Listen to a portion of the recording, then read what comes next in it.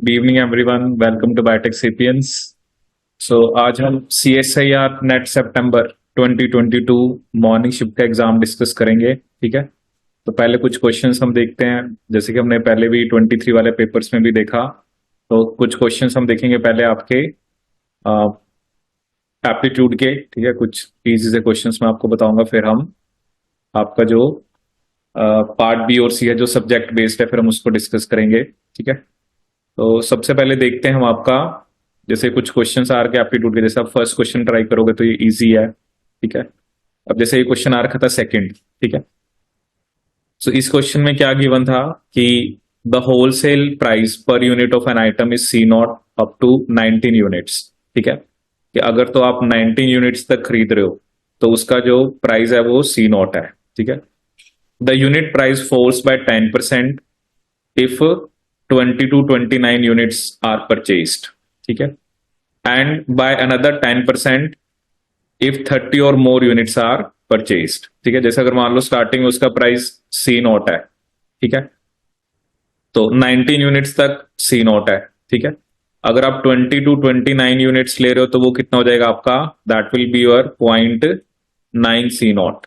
ठीक है, और अगर आप 30 या उससे अबव ले रहे हो तो उसका प्राइस कितना हो जाएगा, 0.81 सी नॉट। ठीक है, क्योंकि इसका 10%, पहले इनिशियल का 10%, अब इसका 10%। ठीक है, तो ऑब्वियसली अगर आपने 120 यूनिट्स लिए हैं तो मतलब वो तो 30 से ज्यादा ही लिया है, तो आपको क्या प्राइस पड़ेगा उसका, 0.81 सी नॉट। ठीक है, तो ये इसका आंसर है 0.81 सी नॉट। ठीक है, और भी कुछ क्वेश्चंस देखते हैं। तो अब इसमें से जनरल से मैं कुछ क्वेश्चन करा रहा हूँ कि जो थोड़े से इजी होते हैं। ठीक है, अब ये क्वेश्चन ये भी आ रखा था कि एक बॉक्स है, उसमें 4 जर्सीज हैं with players name printed. The 4 players pick up a jersey each at random. ठीक है, जैसे रैंडमली उन्होंने जर्सी उठा ली। The total number of players wearing their own jersey can not be. ठीक है, अब देखो क्या है ना, अब 4 में से क्या हो सकता है, क्या पता एक ने ठीक डाल ली, 3 ने गलत डाल ली। ठीक है, 2 ने ठीक डाल ली, 2 ने आपकी गलत डाल ली। ठीक है, या चारों ने गलत डाल ली, बट ऐसा नहीं होगा कि 3 जो है, ठीक है, वो अपनी jersey, the total number of players wearing their jersey can not be. ठीक है, तो वो 3 नहीं हो सकते।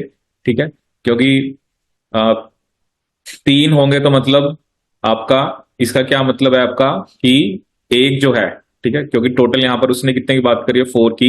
The total number of players wearing their own jersey can not B, वो 3 नहीं हो सकते आपके। ठीक है, तो दैट कुड बी 1 भी हो सकता है, 2 भी हो सकता है, और आपका 4 भी हो सकता है। ठीक है, तो इसमें आप देखना ना जर्सीज को, जैसे जर्सी के ऊपर नंबर है 1 2 3 4। ठीक है, तो वैसे हम एग्जाम्पल ले सकते हैं। तो आप देखना कि जैसे अगर हर एक पर्सन का उसके ऊपर जैसे यहां पर नेम है, ठीक है, तो जो जो भी उसका नेम है, तो रैंडमली पिक कर रहे हैं तो चांसेस हैं कि गलत वो डाल सकते हैं। ठीक है, या जिसका जिस नाम से वो डाल सकते हैं। फिफ्थ क्वेश्चन क्या है कि ये एक पाइप है जिसमें फिक्स्ड वॉल्यूमेट्रिक रेट है और डायमीटर हमें बता रखा है। तो ऑब्वियसली जहां पर जो डायमीटर है, जहां पर डायमीटर आपका कम होगा वहां पर स्पीड आपकी क्या होगी, ज्यादा होगी। ठीक है, तो वहां से जो वॉल्यूमेट्रिक रेट है वो क्या होगा आपका, ज्यादा। ठीक है, अब एक ये क्वेश्चन आ रखा था, in the field there are some cows and ducks, if the number of heads are 33 and number of legs are 84, then what would be the ratio of the number of cows to ducks? ठीक है, अब जैसे देखो हमें ये बताया कि जो टोटल नंबर हेड 33 है, मतलब काउज और जो डक्स हैं उनका नंबर मिला के 33 है। अब वो कह रहा है कि जो नंबर ऑफ लेग्स हैं, ठीक है, तो अब हमें पता है कि जो काउ है उसकी 4 लेग्स होती हैं। ठीक है, और जो डक है उसकी 2 लेग्स होंगी।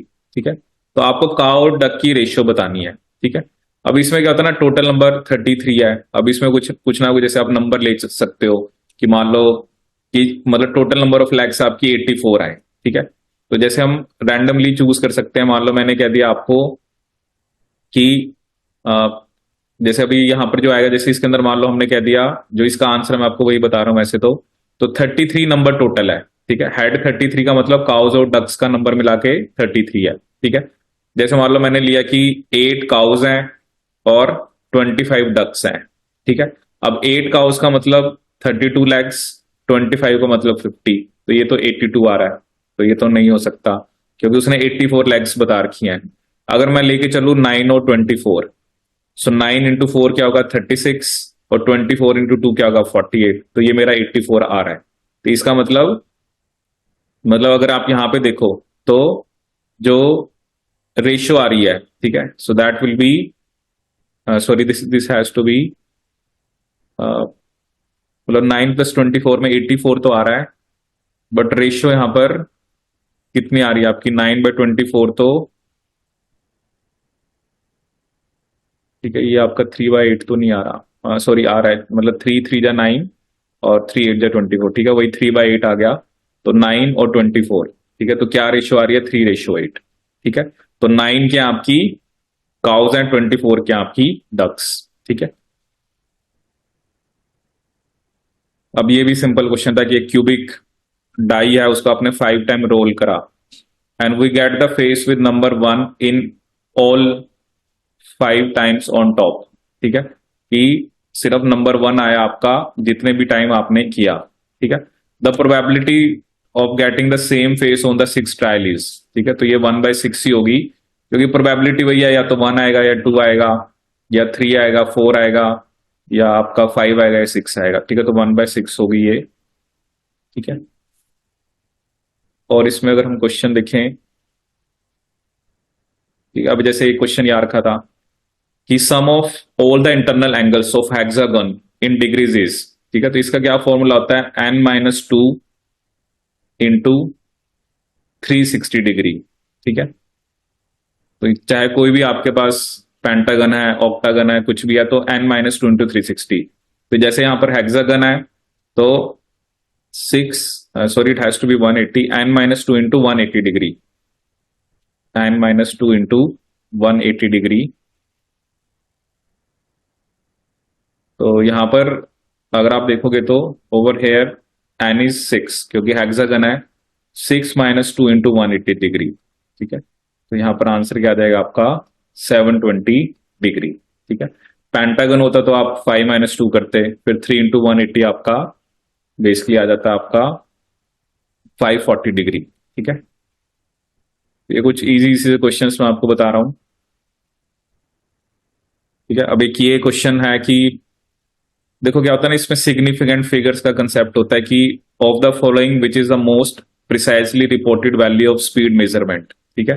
तो इसमें जैसे एक देर का 125 किलोमीटर पर सेकेंड, 12.5 इंटू 10, ऑब्वियसली ये भी 125 ही होगा, 125.00 एंड 1.250 इंटू 10⁻², ठीक है। तो सबसे जो सिग्निफिकेंट इसमें होगा, जैसे इसको आप 125 ही लिखोगे, इसको भी 10 से मल्टीप्लाई करने के बाद 125, इसको आप लिख दोगे 125.0, ठीक है।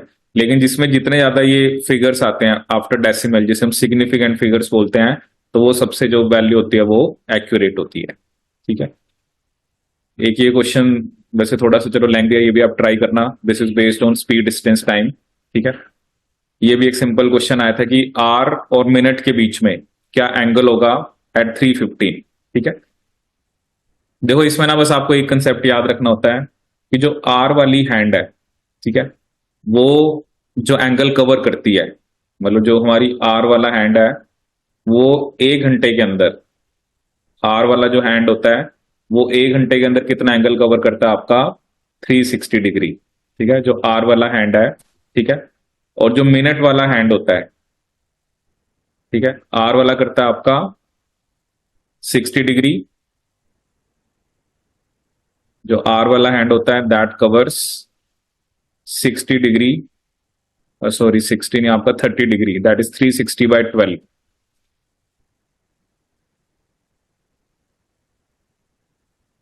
तो आर वाला हैंड आपका कवर करता है 360/12, दैट इज 30 डिग्री, ठीक है। और मिनट वाला जो हैंड होता है वो एक आर में कितना एंगल कवर करता है आपका 360 डिग्री, क्योंकि वो तो पूरा का पूरा ही आपका मिनट वाला जो हैंड है, तो 1 घंटे में क्योंकि उस पूरा सर्कल को वो कंप्लीट करता है।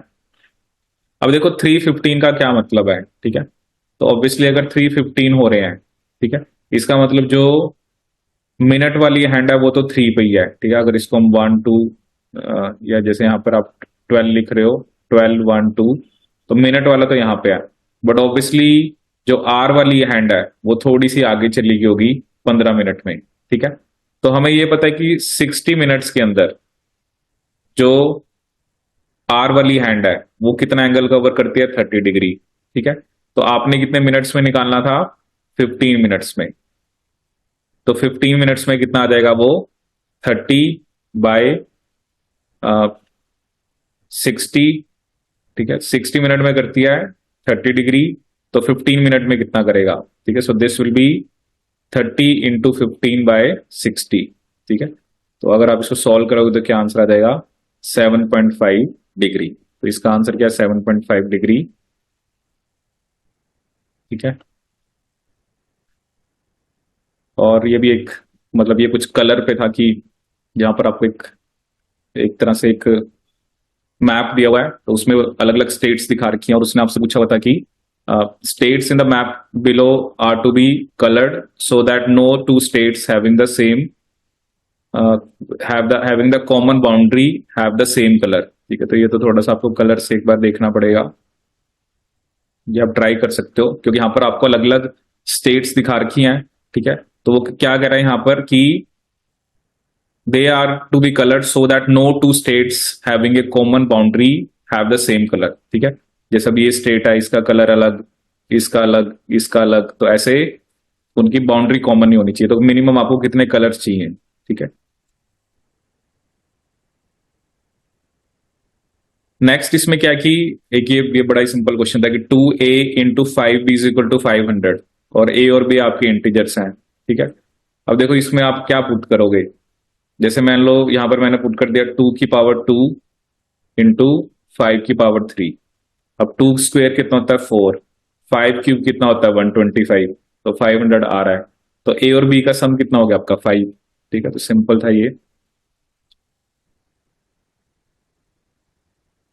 अब इस एग्जाम में हुए ना काफी ज्यादा क्वेश्चन आपके स्पीड डिस्टेंस टाइम के ऊपर आए हुए थे। जैसे अभी ये बड़ा सिंपल क्वेश्चन था, कहता है एक पर्सन है वो 1 आवर मोर लेता है to cover a certain distance walking at a speed of 2 kilometre per hour compare to walking at 3 kilometre per hour. ठीक है, तो ये तो देखो ऑप्शन से ही पता लग रहा है कि अगर वो 2 किलोमीटर पर आवर से जाता है तो उसको 1 घंटा ज्यादा लगता है। ठीक है, जैसे इसमें मान लो मैं ऑप्शन से देख सकता हूं कि जैसे अगर उसको 6 किलोमीटर कवर करना है फॉर एग्जाम्पल, ठीक है, तो अगर वो 3 किलोमीटर पर आवर की स्पीड से जाएगा तो उसे 2 घंटे लगेंगे। ठीक है, लेकिन अगर वो 2 किलोमीटर पर आवर की स्पीड से जाएगा तो उसे कितने घंटे लगेंगे, 3 घंटे। ठीक है, तो डिस्टेंस कितना होगा आपका, 6 किलोमीटर। ठीक है, ये भी स्पीड डिस्टेंस टाइम पे बेस्ड क्वेश्चन आपका। ठीक है, तो इसको भी आप ट्राई करना। ठीक है, अब ये भी सिंपल था कि when 100 balls are equally distributed among students in a class. ठीक है, तो 7 बॉल्स रिमेन अनडिस्ट्रीब्यूटेड। अब देखो सीधी सी बात है, 100 बॉल्स हैं। ठीक है, अब उसने कहा है कि स्ट्रेंथ जो है वो 10 और 60 के बीच में है। अब देखो ना कितने बच्चों को मैं इक्वली बॉल्स दूं कि 7 रह जाए। ठीक है, तो मतलब देखो ये आपको वैसे भी देख के ही पता लग जाना चाहिए। वैसे जैसे 31 अगर मैं स्टूडेंट्स लूं, अगर हर एक को मैं 3 बोल दूं, क्योंकि उसने कहा है कि सबको इक्वली डिस्ट्रीब्यूट करना है, तो 93 बॉल्स मैंने दे दी। ठीक है, 7 आपकी रहेगी। ठीक है, तो इसका मतलब स्टूडेंट्स कितने आपके पास है, 31। The number of balls that would remain if 125 balls to begin with. ठीक है, अब भी आपने सबको इक्वल देना है। ठीक है, तो अगर मैं 125 को 31 से डिवाइड करूं, ठीक है, तो ये आपका 4, मतलब जैसे 4 से जा रहा है, तो मतलब हर एक को अगर मैं 4 बोल दूं, ठीक है, तो मेरी कितनी बॉल्स लग जाएंगी, 124। तो कितनी बॉल मेरे पास रह जाएगी, सिर्फ एक। ठीक है, तो ये थोड़े से ना जनरल टाइप ऑफ क्वेश्चंस होते हैं, अगर आप इसको थोड़ा सा मतलब ध्यान से करोगे तो हो जाएंगे। ठीक है, तो कुछ यहाँ पर आपने देखा ना, ये this is just something like क्या होता है ना, थोड़ी लॉजिकल रीजनिंग। ठीक है, कि कैसे आपको कई बार ऑप्शन के बेस पे बड़े सारे क्वेश्चन हो जाते हैं। ठीक है, कि 100 बॉल है, अगर मैंने इक्वली डिस्ट्रीब्यूट करनी है सभी के अंदर, ठीक है, तो आपको ना मतलब आइडिया हो जाना चाहिए। अब 100 बॉल है, 7 बॉल रह रही हैं, तो मैंने 3 बॉल अगर मैं 31 पीपल को दे रहा हूं तो 93 मेरी लग गई, 7 रहेगी। ठीक है, सो 125 होंगी तो क्योंकि मेरे पास नंबर ऑफ स्टूडेंट्स तो आ गए, दैट इज 31, और सभी को अगर मैं 4 बोल दूं, अगर क्योंकि 125 को आप 31 से डिवाइड करो तो 124 तो आ गया, तो मतलब 4 बॉल्स मैंने सबको दे दी, तो एक बॉल रह गई। ठीक है, तो ये कुछ क्वेश्चन हमने डिस्कस किए। ठीक है, तो कुछ क्वेश्चन आप ट्राई करना, जैसे मैंने आपको इसमें से अभी क्वेश्चन नंबर 1 इजी है, सेकंड हमने ट्राई करा। ठीक है, थर्ड ये कुछ अर्थमेटिक प्रोग्रेशन पे बेस्ड है, तो ये आपको फॉर्मूला देखना पड़ेगा इसका। ठीक है, फोर्थ जो है ये जर्सीज पे बेस्ड था। ठीक है ना, कि जो हमने भी डिस्कस करा कि एक बॉक्स है उसमें 4 जर्सीज हैं। ठीक है, the 4 players pickup A jersey each at random. ठीक है, तो the total number of players wearing their own jersey can not be. ठीक है, तो इसका आंसर क्या आपका 3। ठीक है, फिफ्थ का आंसर आपने देखा सी। ठीक है ना, ये जो क्वेश्चन अभी मैंने था ना, आप इसको थोड़ा सोचना, जैसे 3 कैसे आंसर आएगा। ठीक है, तो कि वाई 1 2 4 हो सकता है। ठीक है, तो 3 क्यों नहीं हो सकता। फिफ्थ हो गया, सिक्स्थ हो गया आपका, सेवन्थ इजी था। ठीक है, एट्थ भी इजी था आपका, ये जो 10th था ये भी इजी था। ठीक है, तो अभी मतलब I am just going through those question जो मुझे एकदम लग रहा है कि आप इजिली कर सकते हो। 12 13 थोड़ा टिपिकल है, थोड़ा इसमें टाइम कंज्यूमिंग है, तो आप ट्राई करना, नहीं होगा तो मैं बताऊंगा आपको। 14 वो सिंपल, 17 वो सिंपल, 18 19 भी आप करोगे बहुत इजी है। मतलब ये जो इसमें पार्ट ए आ रखा है ना, बहुत मतलब एज कंपेयर करें कि अलग अलग जब भी एग्जाम्स में आता तो इट वाज फाइन, मतलब मुश्किल नहीं था। ठीक है, चलिए अब हम आते हैं पार्ट बी के ऊपर। ठीक है, जो कि हमारा लाइफ साइंसेस का पार्ट भी आता है। अब इसमें उसने आपसे क्वेश्चन पूछा है, विच one of the options matches the protein involve in transcription with DNA binding domains they carry. ठीक है, अब देखो इसमें क्या है कि बेसिकली अगर यहां पर हम कंसेप्ट देखें तो क्या होता है कि ना, जो डीएनए है, ठीक है, तो एज वी नो कि जो डीएनए है, जो प्रोटीन उसके साथ लगते हैं। ठीक है, तो उन प्रोटीन्स के अंदर ना कुछ मोटिव होते हैं। ठीक है, अब ये सारे के सारे जो प्रोटीन्स के नाम है ये सब डीएनए से बाइंड करते हैं। ठीक है, बट आपको इनके मोटिव याद रखने हैं। ठीक है, जैसे यहां पर एक है TF3A। ठीक है, एक हमारे पास क्या है, TF3A। अब इसका मोटिव क्या बता रखा है, हेलिक्स, सॉरी जिंक फिंगर। ठीक है, इसका हेलिक्स, इसका जो मोटिव होता है वो इसमें जिंक फिंगर होता है। ठीक है, मायोडी, इसका इसके अंदर क्या होता है, हेलिक्स लूप हेलिक्स। ठीक है, जन, ठीक है, ये भी एक तरह से ट्रांसक्रिप्शन फैक्टर होते हैं। इसका जो है दैट इज योर ल्यूसिन जीपर, और क्रो का क्या आपका, हेलिक्स टर्न हेलिक्स। ठीक है, एक तो ये जनरल नेम्स होते हैं कि प्रोटीन्स के अंदर ये मोटिव्स होते हैं जिसकी हेल्प से वो किसके साथ बाइंड करता है, आपका डीएनए के साथ। ठीक है, तो जैसे TF3 है, मायोडी, जन, क्रो, ये कुछ नाम उसने दिए, उसने आपसे मोटिव पूछे। ठीक है, तो ये आपको याद रखने हैं। वैसे जनरली आप पढ़ते ही हो कि ये सब स्ट्रक्चर्स होते हैं प्रोटीन्स के अंदर, ये कुछ स्पेशलाइज्ड मोटिव्स होते हैं। मोटिव क्या होते हैं, सुपर सेकेंडरी स्ट्रक्चर। ठीक है, नेक्स्ट क्वेश्चन आपका 22। ठीक है, तो ये आपका डेवलपमेंटल बायस से रिलेटेड है। ये हमने डिस्कस किया ही था, शुगर पकरिंग। ठीक है, तो इसके लिए आपको शुगर पता होना चाहिए कि जैसे ये चीज जो होती है, जैसे ऑब्वियसली आपका 1' है। ठीक है, अगर यहां पर हम देखें शुगर पकरिंग,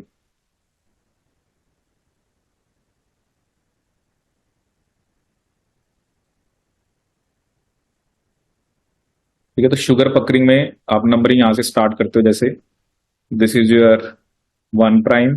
ठीक है, ये आपका 2', जो ऊपर की तरफ होता है, मतलब ये वो होती है C2' एंडो, ये 3 4 ये 5। ठीक है, तो ऊपर की तरफ जो होता है वो वाली एंडो होती है, C2' एंडो है ये आपका। ठीक है, ये हम पढ़ते हैं जब डीएनए के बारे में पढ़ते हैं, तो ए में क्या होता है, बी में क्या होता है, जी में क्या होता है, तो यहाँ पर आपका ये C2' एंडो है। ठीक है, ये हमने पढ़ा था जब न्यूक्लियोटाइड्स के बारे में पढ़ा था। नेक्स्ट क्वेश्चन था ओटो पॉलीप्लोइडी। ठीक है, ओटो मतलब होता है सेल्फ। ठीक है, पॉली मतलब ज्यादा। तो एक होती है एलो, एलो में क्या होता है, जैसे अलग अलग स्पीशीज के डीएनए होते हैं। ठीक है, जैसे 2 अलग अलग स्पीशीज को आपने क्रॉस कराया और फिर आगे उसको मल्टीप्लाई कराया, तो auto more than 2 set of chromosome both of which are from the same parental species. ठीक है, कि दोनों के दोनों जो है वो सेम स्पीशीज के होते हैं, एलो के अंदर डिफरेंट होते हैं। ठीक है, अब ये कुछ इकोलॉजी पे बेस्ड क्वेश्चन है कि कौन सा फॉरेस्ट एरिया सबसे ज्यादा एरिया ऑक्यूपाई करता है। ठीक है, this is also related to biological species. ठीक है, अब एक क्वेश्चन ये आया था, वाइल स्टडिंग पैथोजेनिक बैक्टीरिया, ठीक है, ये इम्यूनो का क्वेश्चन है, a protein with the following features was identified, it was secreted during infection conditions but not in vitro cultures, it was also observed to be present in the membranous fractions in traces which was released upon bacterial lysis. It had a heat labile and terminal enzymatic domain that binds MHC molecule stimulating T cells non-specifically। ठीक है, मतलब ये line यहां पर main थी जो कि हमने इम्यूनो में पढ़ा था कि नॉर्मली तो जो बेसिकली आपके जो ये एमएचसी मॉलिक्यूल्स होते हैं, इनका काम क्या होता है, एंटीजेंस को प्रेजेंट करना। ठीक है, अब ये एमएचसी मॉलिक्यूल के साथ बाइंड करते हैं और उनको नॉन स्पेसिफिकली, ठीक है, नॉन स्पेसिफिक का मतलब यह है, नॉर्मली जो टी हेल्पर सेल्स होते हैं they are MHC class 2 restricted. ठीक है, और जो टीसी सेल होते हैं वो आपके एमएचसी क्लास 1। अब इसमें क्या होता है ना, इसमें ये जो आपका बेसिकली जिसकी हम ये बात कर रहे हैं, ठीक है, बेसिकली हम सुपर एंटीजन की बात कर रहे हैं, तो वो ना नॉन स्पेसिफिकली टी सेल्स को एक्टिवेट करता है क्योंकि वो एमएचसी के बाहर की तरफ लगता है। ठीक है ना, क्योंकि जो एमएचसी की पॉकेट होती है, ठीक है, नॉर्मली जो हमने एमएचसी का स्ट्रक्चर पढ़ा था, तो इसकी पॉकेट में नहीं लगता, ये बाहर की तरफ लगता है। ठीक है, तो यहां से ये आपको क्लियर हो जाना चाहिए था कि ये एक सुपर एंटीजन है। ठीक है, तो सुपर एंटीजन का एग्जाम्पल भी हमने पढ़ा था, स्टेफाइलोकोकस ऑरियस। ठीक है, जो कि आपका रिस्पॉन्सिबल होता है किसके लिए, toxic shock syndrome. Staphylococcus aureus is responsible for toxic shock syndrome. It is responsible for toxic shock syndrome। ठीक है, तो ये आपको इसमें ध्यान रखना है, ये सुपर एंटीजन हो गया आपका। ठीक है, then we have this is related to plant physiology की which of the following nitrogen containing compound is formed during deamination of organic nitrogen, so that is ammonium। Individual chromosomes are clearly seen during which phase of the cell cycle. ठीक है, metaphase, तो obviously अगर हम metaphase की बात करें तो हम एम की बात कर रहे हैं, क्रोमोसोम हमें सबसे बेस्ट मेटाफेज पे दिखते हैं। ठीक है, next question related to your developmental bio. अब ये क्वेश्चन आया था आपका कि this related to molecular biology, which one of the following statements about the recognition of tRNA by their cognate amino acid tRNA synthesis is correct. ठीक है, अब इसमें एक क्या था कि जो हमने पढ़ा था, हमने ये पढ़ा था कि जो टीआरएनए सिंथेटेज है, क्योंकि ये जो इंटरेक्शन होती है टीआरएनए सिंथेटेज और टीआरएनए के बीच में, इसे हम सेकंड जेनेटिक कोड बोलते हैं। और सिंथेटेज जनरली एक तो देखता है एंटीकोडोन को और दूसरा देखता है अमीनो एसिड आर्म को। ठीक है, तो पहली स्टेटमेंट इसमें क्या थी कि amino acid tRNA synthetase recognize their cognate tRNA by the exclusive recognition of the anticodon. ठीक है, तो ऐसा नहीं है कि सिर्फ वो एंटीकोडोन को ही देखता है, क्योंकि एक्सक्लूसिव का मतलब है कि वो सिर्फ एंटीकोडोन को देख रहा है, लेकिन दूसरा ऑप्शन जो था उसमें कहा था कि इन सम टीआरएनए। ठीक है, सो इन सम ऑफ द टीआरएनए वो आपका एक तरह से आप कह सकते हो कि जो सिंथेटेज है वो एंटीकोडोन को भी देखता है और अमीनो एसिड आर्म को भी। ठीक है, हाँ, कुछ के अंदर ऐसा हो सकता है कि वो सिर्फ एंटीकोडोन को देख रहा है। ठीक है, क्योंकि मेन तो एंटीकोडोन ही है, तो इसके अंदर आपका सेकंड ऑप्शन जो है वो करेक्ट था। ठीक है, अब ये क्वेश्चन आया था मतलब एपोमॉर्फिस। ठीक है, तो मैं वो देख रहा था इस क्वेश्चन को, वैसे तो ये प्लांट से रिलेटेड है, बट इसमें आपको बस ये बताना था कि अनसेस्टर मतलब पहले क्या है उसके बाद क्या है। तो जिसने अगर बेसिक भी 11th की बुक पढ़ी है तो उसमें ये सब चीजें होती हैं कि जैसे पहले एल्गी आई, ब्रायोफाइट्स आए, ठीक है, फिर टेरिडोफाइट्स आए, जिम्नोस्पर्म्स आए, एंजियोस्पर्म्स आए, तो ये उसी से रिलेटेड था। जैसे ये यू स्टील होता है ये एंजियोस्पर्म्स में होता है। ठीक है, और ये जो इंडिपेंडेंट स्पोरोफाइट था ये आपका टेरिडोफाइट्स में आया। ठीक है, ब्रायोफाइट्स में इंडिपेंडेंट नहीं होता था। जाइलम फ्लोएम सबसे पहले जिम्नोस्पर्म्स में आए। तो इसमें ये पक्का था कि डी बाद में आए। ठीक है, क्यूटिकल पहले भी था प्लांट्स के अंदर, तो बी पहले आया। उसके बाद independent sporophyte which is a characteristic of your pteridophytes. फिर जाइलम जो मतलब जिम्नोस्पर्म्स थे जिनके अंदर सबसे पहले वेस्कुलर बंडल्स हमें देखने को मिले, और यू स्टील हमें किसमें देखने को मिलता है, आपके एंजियोस्पर्म्स में। ठीक है, what is the 50th percentile of number, ठीक है। वैसे भी ये स्टैट्स का क्वेश्चन है, बट इसमें भी जनरली ये था कि परसेंटाइल हम कैसे निकालते हैं, पहले ये जो नंबर्स हैं, ठीक है, क्योंकि अलग अलग टाइप का डाटा होता है, तो it is typically statistic question. But पहले आप नंबर को असेंडिंग ऑर्डर में अरेंज करो, 2 3 5 9 11, ठीक है। तो 50th परसेंटाइल जो सेंटर में है, तो इसका आंसर क्या था आपका 5, ठीक है। ठीक है, नेक्स्ट क्वेश्चन हम देखते हैं इसमें कि क्या आपका ये नेक्स्ट क्वेश्चन आपका यहाँ पर 35th which is based on glycolysis. Glycolysis की रेगुलेशन में मैंने आपको बताया था कि which one of the following correctly describe the effect of mutation in phosphofructokinase that leads only to the loss of allosteric regulation, ठीक है। तो नॉर्मली जो एटीपी है वो फोस्फोफ्रक्टोकाइनेस को इनहिबिट करता है, ठीक है। लेकिन अगर कुछ ऐसी म्यूटेशन हो जाए, ठीक है, कि एटीपी रेगुलेट ही ना कर पाए, तो that will lead to increase in the activity of PFK. वैसे फोस्फोफ्रक्टोकाइनेस को एटीपी जो है वो इनहिबिट करता है, ठीक है। हमने पूरी रेगुलेशन देखी थी कि फोस्फोफ्रक्टोकाइनेस और पायरुवेट काइनेस कौन कौन आपका फोस्फोफ्रक्टोकाइनेस को एक्टिवेट करता है और कौन आपका इनहिबिट करता है, ठीक है। तो एटीपी हो गया, सिट्रेट हो गया, ये दोनों क्या करते हैं आपका इनहिबिट करते हैं। बट वो कह रहा है कि अगर ये म्यूटेशन ऐसी हो जाएगी कि एटीपी रेगुलेट ना करे, तो पीएफटी की एक्टिविटी जो है वो इंक्रीज हो जाएगी, ठीक है। Histone variants play important roles in chromatin function in mammalian cell. Which one of the following statement is correct in the context of the histone variants, ठीक है। पहले भी ऐसी सी लाइन आई थी कि एग्जाम में प्रीवियस ईयर के अंदर की हिस्टोन वेरिएंट्स जो हैं कि वो मतलब एक दो के लिए हैं, तीसरे के लिए नहीं है। यहां पर भी वही स्टेटमेंट है कि फर्स्ट में ये है कि H3H4 के हैं बट H2H2B के नहीं है। दूसरे में लिखा है कि H3H4H2A के हैं बट H2B के नहीं है, ठीक है। थर्ड में ये लिखा है कि H3H4H2B के हैं बट H2A के नहीं है, ठीक है। तो यहां पर आंसर ये था histone variants have been reported for all the histones, ठीक है, चाहे वो H2A H2B H3 है या आपका H4 है, ठीक है। पर ये 37 question that was based on your ecology, ठीक है।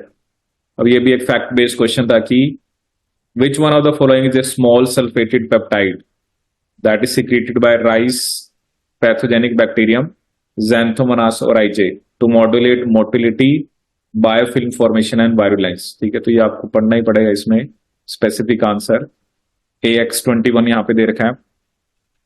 Absorbed monosaccharide in intestinal epithelial cells exit via which one of the following transporter, ठीक है। ये सारे हमने सेल के अंदर अलग अलग टाइप के ग्लूकोज ट्रांसपोर्टर पढ़े थे, ठीक है। GLUT5 तो मेनली फ्रक्टोज का ट्रांसपोर्ट कराता है, GLUT4 वो ट्रांसपोर्टर होता है जो इंसुलिन के हिसाब से रिस्पॉन्ड करता है। तो इसका आंसर हमने क्या पढ़ा था आपका GLUT2, ठीक है। So which one of the following small molecule neurotransmitter is not synthesise from tyrosine? Serotonin. Serotonin tryptophan से बनता है, ठीक है। 42nd क्वेश्चन था कि radio active isotope of an element has a half life of 100 hours, how many hours will it take for 15/16 of the source amount to decay, ठीक है।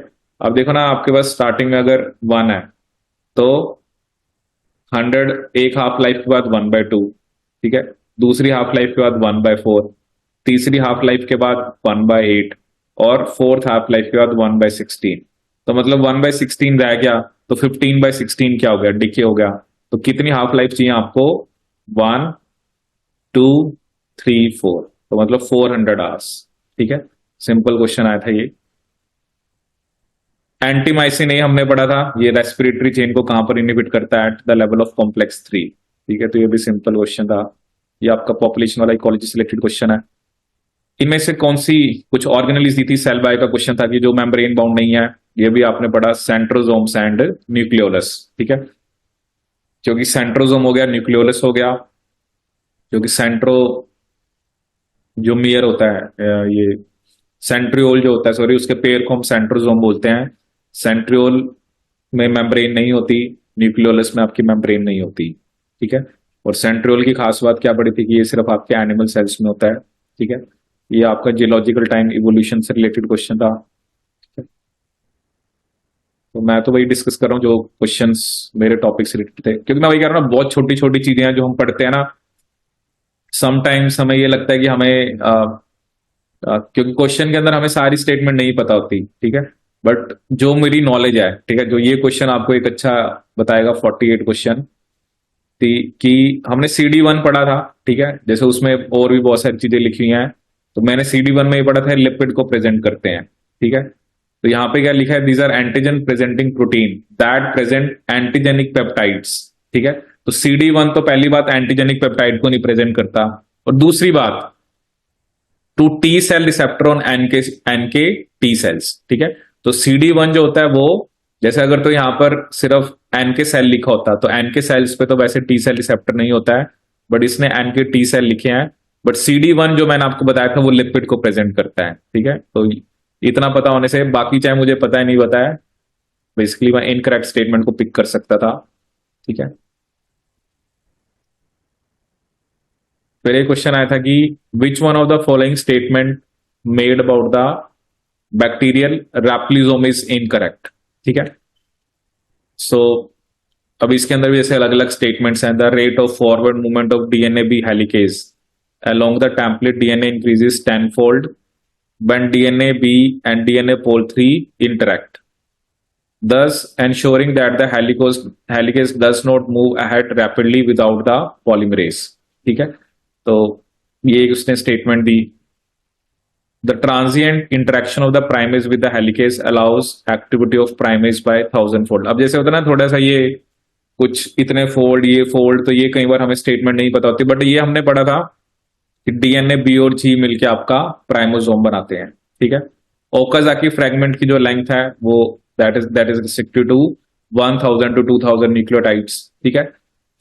अब इसमें एक आपसे उसने स्टेटमेंट पूछी थी, कौन सी, आपने बतानी थी इनकरेक्ट, ठीक है। अब अगर आपको याद हो, आपने बैक्टीरिया का ऑरिजिन ऑफ रेप्लिकेशन पढ़ा था जिसमें 245 बेस पेयर होते हैं, और इसमें 2 टाइप ऑफ सीक्वेंस हमने पढ़े थे स्पेशल इंटरेस्ट के थे, ठीक है। अब इसने यहां पर क्या कहा कि जो 9 मर, ठीक है, जिसे हम आर साइट्स बोलते हैं, तो ये कह रहा है कि वो सिंगल स्टैंडर्ड होता है, ठीक है। और 13 मर वाला सीक्वेंस जो होता है वहां पर डीएनए ए लगता है, ये इसने उल्टा लिख दिया। जो हमने पढ़ा था कि 245 बेस पेयर का मेरा ओरिजिन ऑफ एप्लीकेशन है, ठीक है, उसके अंदर मैंने आपको बताया था कि 9 बेस पेयर के 5 रिपीट्स होते हैं, ठीक है, और 13 बेस पेयर के आपके 3 रिपीट्स होते हैं, ठीक है, सॉरी 4 रिपीट्स होते हैं। तो जहां पर 5 रिपीट्स है वहां पे डीएनए ए आके लगता है, ठीक है। और जो ये होता है, ये क्या होता है आपका डीएनए अनबाइंडिंग एलिमेंट, ठीक है। तो जहां पर उसने आपको, अब देखो ना, ये नॉलेज है मेरे पास, ये जो कुछ स्टेटमेंट आई पहले कि इतने फोल्ड बढ़ा देता है, तो मे बी चलो मुझे ये नहीं पता कितने फोल्ड बढ़ाता है, क्योंकि ये तो आपको फिगर याद होना चाहिए, बट मुझे ये पता है कि ये स्टेटमेंट पक्का गलत है, क्योंकि 9 मर वाले पे डीएनए ए लगता है और 13 मर वाले पे आपका बेसिकली वहां पे डीएनए अनबाइंडिंग होती है, और डीएनए ए ही होता है जो डीएनए की अनबाइंडिंग कराता है, ठीक है। नेक्स्ट क्वेश्चन देखते हैं इसमें, ये आपके प्लांट से रिलेटेड है, ये इनहेरिटेंस का पैटर्न दे रखा है, दोनों पेरेंट्स को डिजीज नहीं है, आगे बच्चों में डिजीज आ रही है, तो ये आपका क्या है, ऑटोसोमल रिसेसिव, ठीक है, ये हमने जेनेटिक्स में पढ़ा था। एक ये आया था, if you want to selectively kill the newly dividing mammalian cells in a cell culture assay, which of the following method you use, ठीक है। तो इसमें तो आपको प्रिंसिपल देखना पड़ेगा, जैसे इसने बताया कि treatment with 5 ethynyl 2 prime deoxyuridine followed by doxorubicin hydrochloride treatment, ठीक है। तो इसमें स्पेसिफिकली उसने किसको किल करने को कहा है, कि जो न्यूली डिवाइडिंग मैमेलियन सेल है, ठीक है। तो ये तो आपको फैक्ट याद रखना पड़ेगा, ठीक है। ये बायोम कौन सा known to occur in India, I think इसके दोनों आंसर ही दे रखे उन्होंने, टुंड्रा और एल्पाइन ग्रासलैंड्स,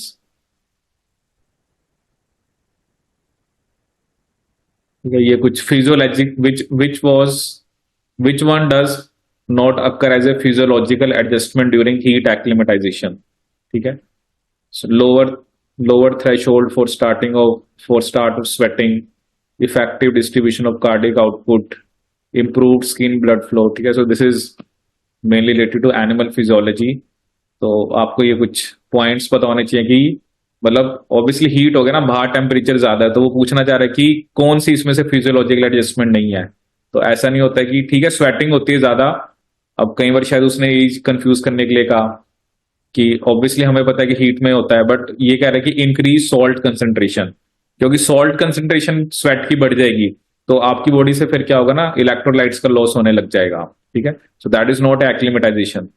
ठीक है, जो हो जाते हैं ना, डिहाइड्रेशन हो जाती है, तो वो तो नहीं होना चाहिए ना ऐसा, वो तो हम नहीं चाहते हैं। ठीक है, ये भी बड़ा सिंपल क्वेश्चन आया हुआ था क्लोरोफिल ए और बी में, कि ए में CH3 ग्रुप होता है, बी में आपका CHO ग्रुप होता है। अब इसने लिख दिया कि ए जो होता है उसमें मैग्नीशियम होता है बट बी में नहीं होता है, तो ये स्टेटमेंट गलत थी।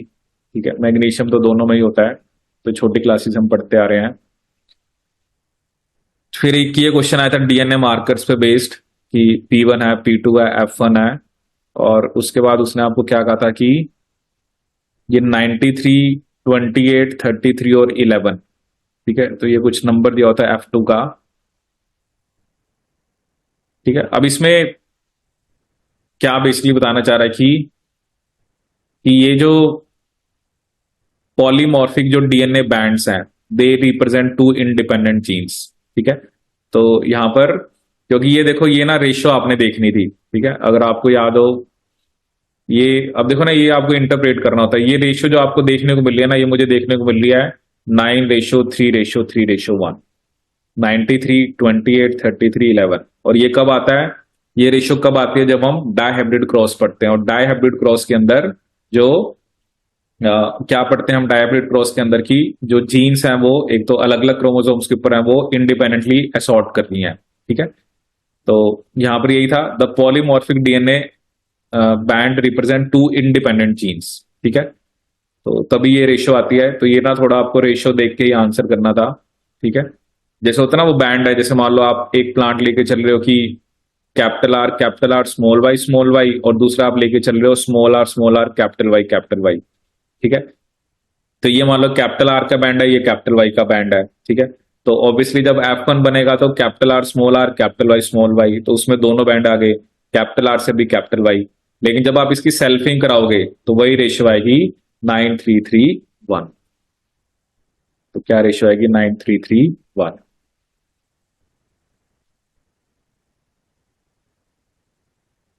ठीक है, तो ये आपका, this is also related to animal physio. ठीक है, ये कॉन्जुगेशन एक्सपेरिमेंट का है। ठीक है, ये क्वेश्चन हमने ट्राई किया भी था कि HF है और F-L है। ठीक है, तो ये इजिली हो जाएगा आपसे।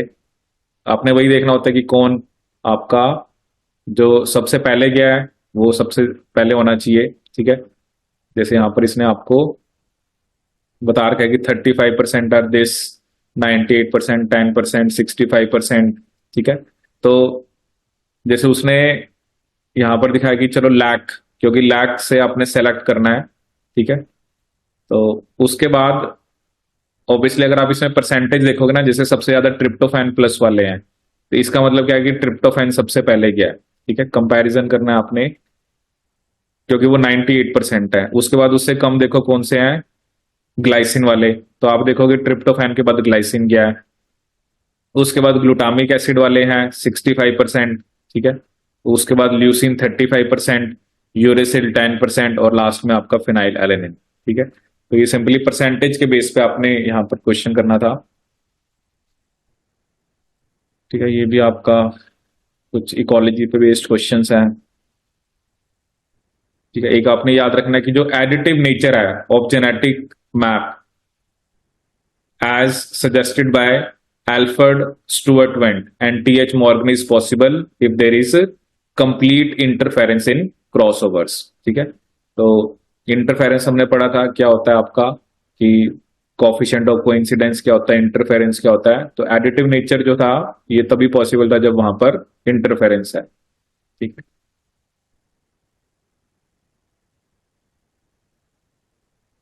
ये एक बता रखा है कि एक broad spectrum disease resistance gene है वीट के अंदर। ठीक है, and codes for putative. Generally ABC transporter हमने पढ़े ही वहां पर थे कि जब किसी ना किसी एंटीबायोटिक रेजिस्टेंस जो होता है, ठीक है, तो यहाँ पर भी ABC ट्रांसपोर्टर ही दे रखा है कि जैसे वीट के अंदर बेसिकली एक, मतलब उसमें डिजीज रेजिस्टेंस है। ठीक है, क्योंकि वो उस पर्टिकुलर जो भी पैथोजन है उसको नहीं इंफेक्ट करने दे रहा, तो उसके पीछे ABC ट्रांसपोर्टर। ठीक है,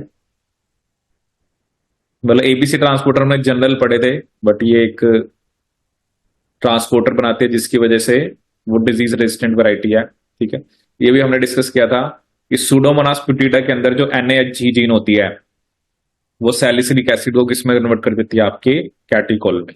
ठीक है, NaCl, जो क्रिस्टलाइन NaCl होता है उसमें कितने आयंस सराउंड करते हैं सोडियम आयन को, तो उसका आंसर क्या था आपका 6। तो उसका क्या आंसर था आपका 6। ठीक है, तो ये तो फैक्ट बेस्ड क्वेश्चन है जो आपको याद रखना है।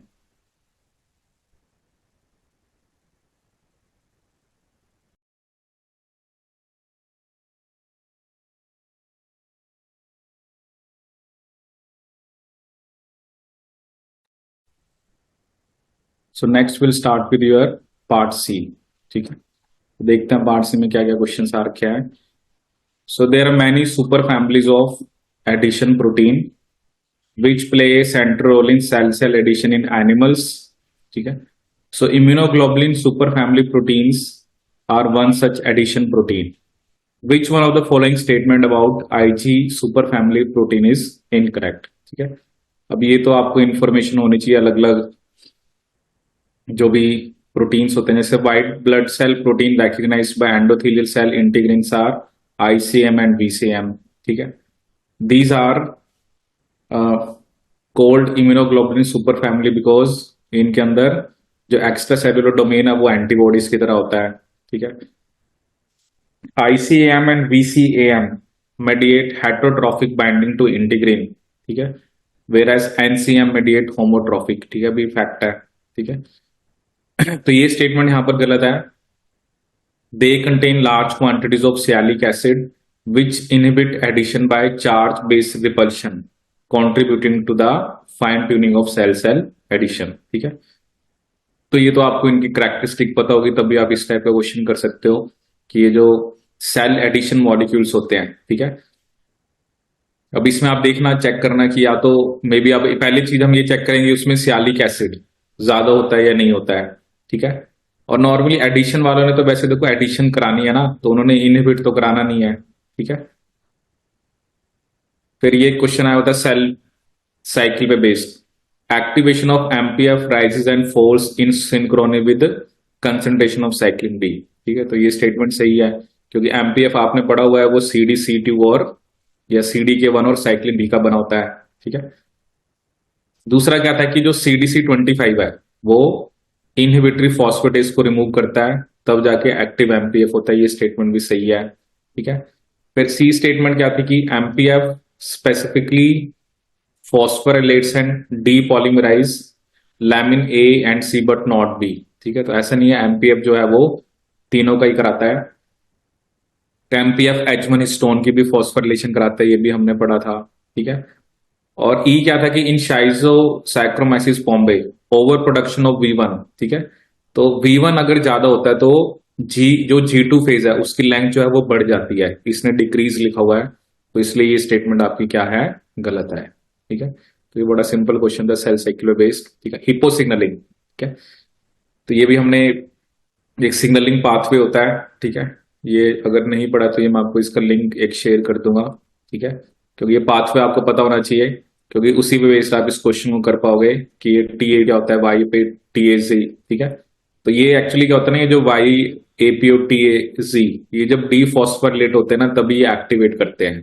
ठीक है, तो और ये MST LATs का क्या काम होता है कि ये जनरली रिस्पॉन्सिबल होते हैं कि YAPO TA जो Z है वो आपका इनएक्टिव रहे क्योंकि ये इसकी फॉस्फोरिलेशन कराते हैं। ठीक है, तो ये आपको सिग्नलिंग से ही पता लगेगा, हिप्पो सिग्नलिंग आपको पता होना चाहिए।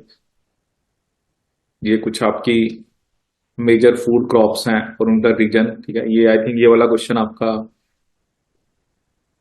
जब फाइनल आंसर किया था तो ये डिलीट हो गया था। ठीक है, इंटरफेरॉन्स से रिलेटेड क्वेश्चन आ रखे हैं कि इंटरफेरॉन्स एज बिन होगी सिंपली हमारे अंदर वायरसेस जब इन्फेक्शन होता है तो वो सेल बनाते हैं ताकि बाकी सेल्स में इन्फेक्शन ना जाए।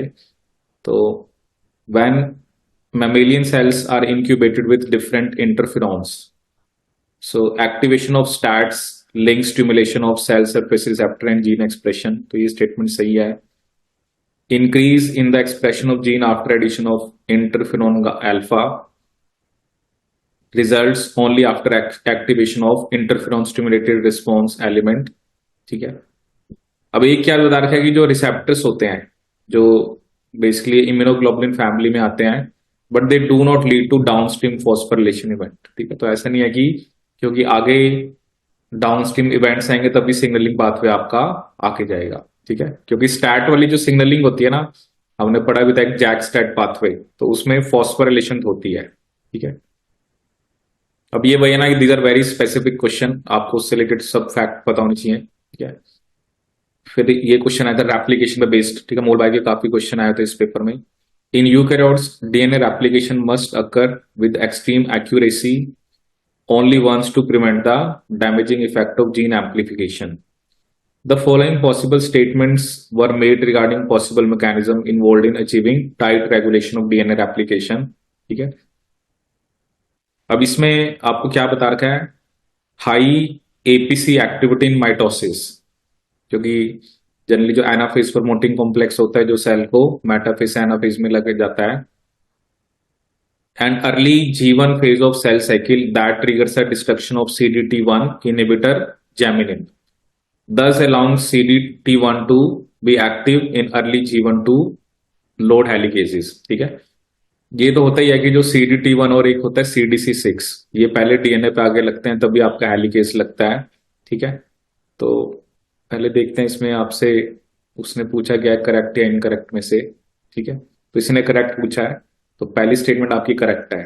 ठीक है, कि जो high APC activity in mitosis and early G1 of the cell cycle that triggers the destruction of CDT1 inhibitor. ठीक है, एक्चुअली CDT1 और CDC6 ये दोनों आगे लगते हैं तभी हेलिकेस की लोडिंग होती है। ठीक है, activation of SCDK that regulate the phosphorylation of specific initiator protein.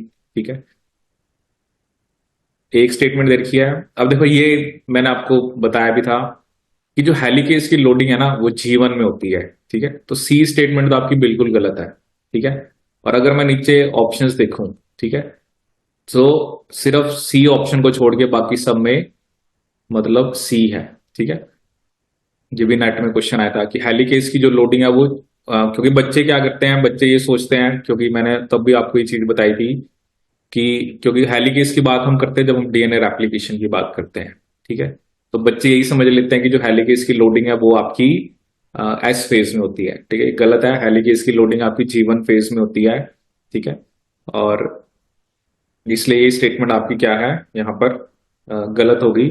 अब देखो ना, you need to pick that point. ठीक है, maybe sometimes I do not have idea about other protein, जैसे CDC6 CDT1 जैसे मान लो मुझे नहीं पता, या समहाउ जिस बुक से मैंने पढ़ा वहां पर शायद ये मेंशन नहीं था, but this thing I know कि हेलिकेस की लोडिंग जो है वो G1 में होती है। ठीक है, क्योंकि जिसे बोलते हैं प्री रेप्लिकेटिव कॉम्प्लेक्स, वो G1 में बनता है and disassembled before beginning of S phase. ठीक है, ये भी बड़ा सिंपल क्वेश्चन आया था कि अलग अलग ट्यूमर पूछे थे, एंडोडर्मल ओरिजिन का कौन सा होता है, और क्योंकि इसमें आई थिंक ये कंप्लीट यहाँ पे आपको दिख नहीं रहा, चलो देखते हैं इसमें एंडोडर्मल टिश्यू वाला कौन सा होता है।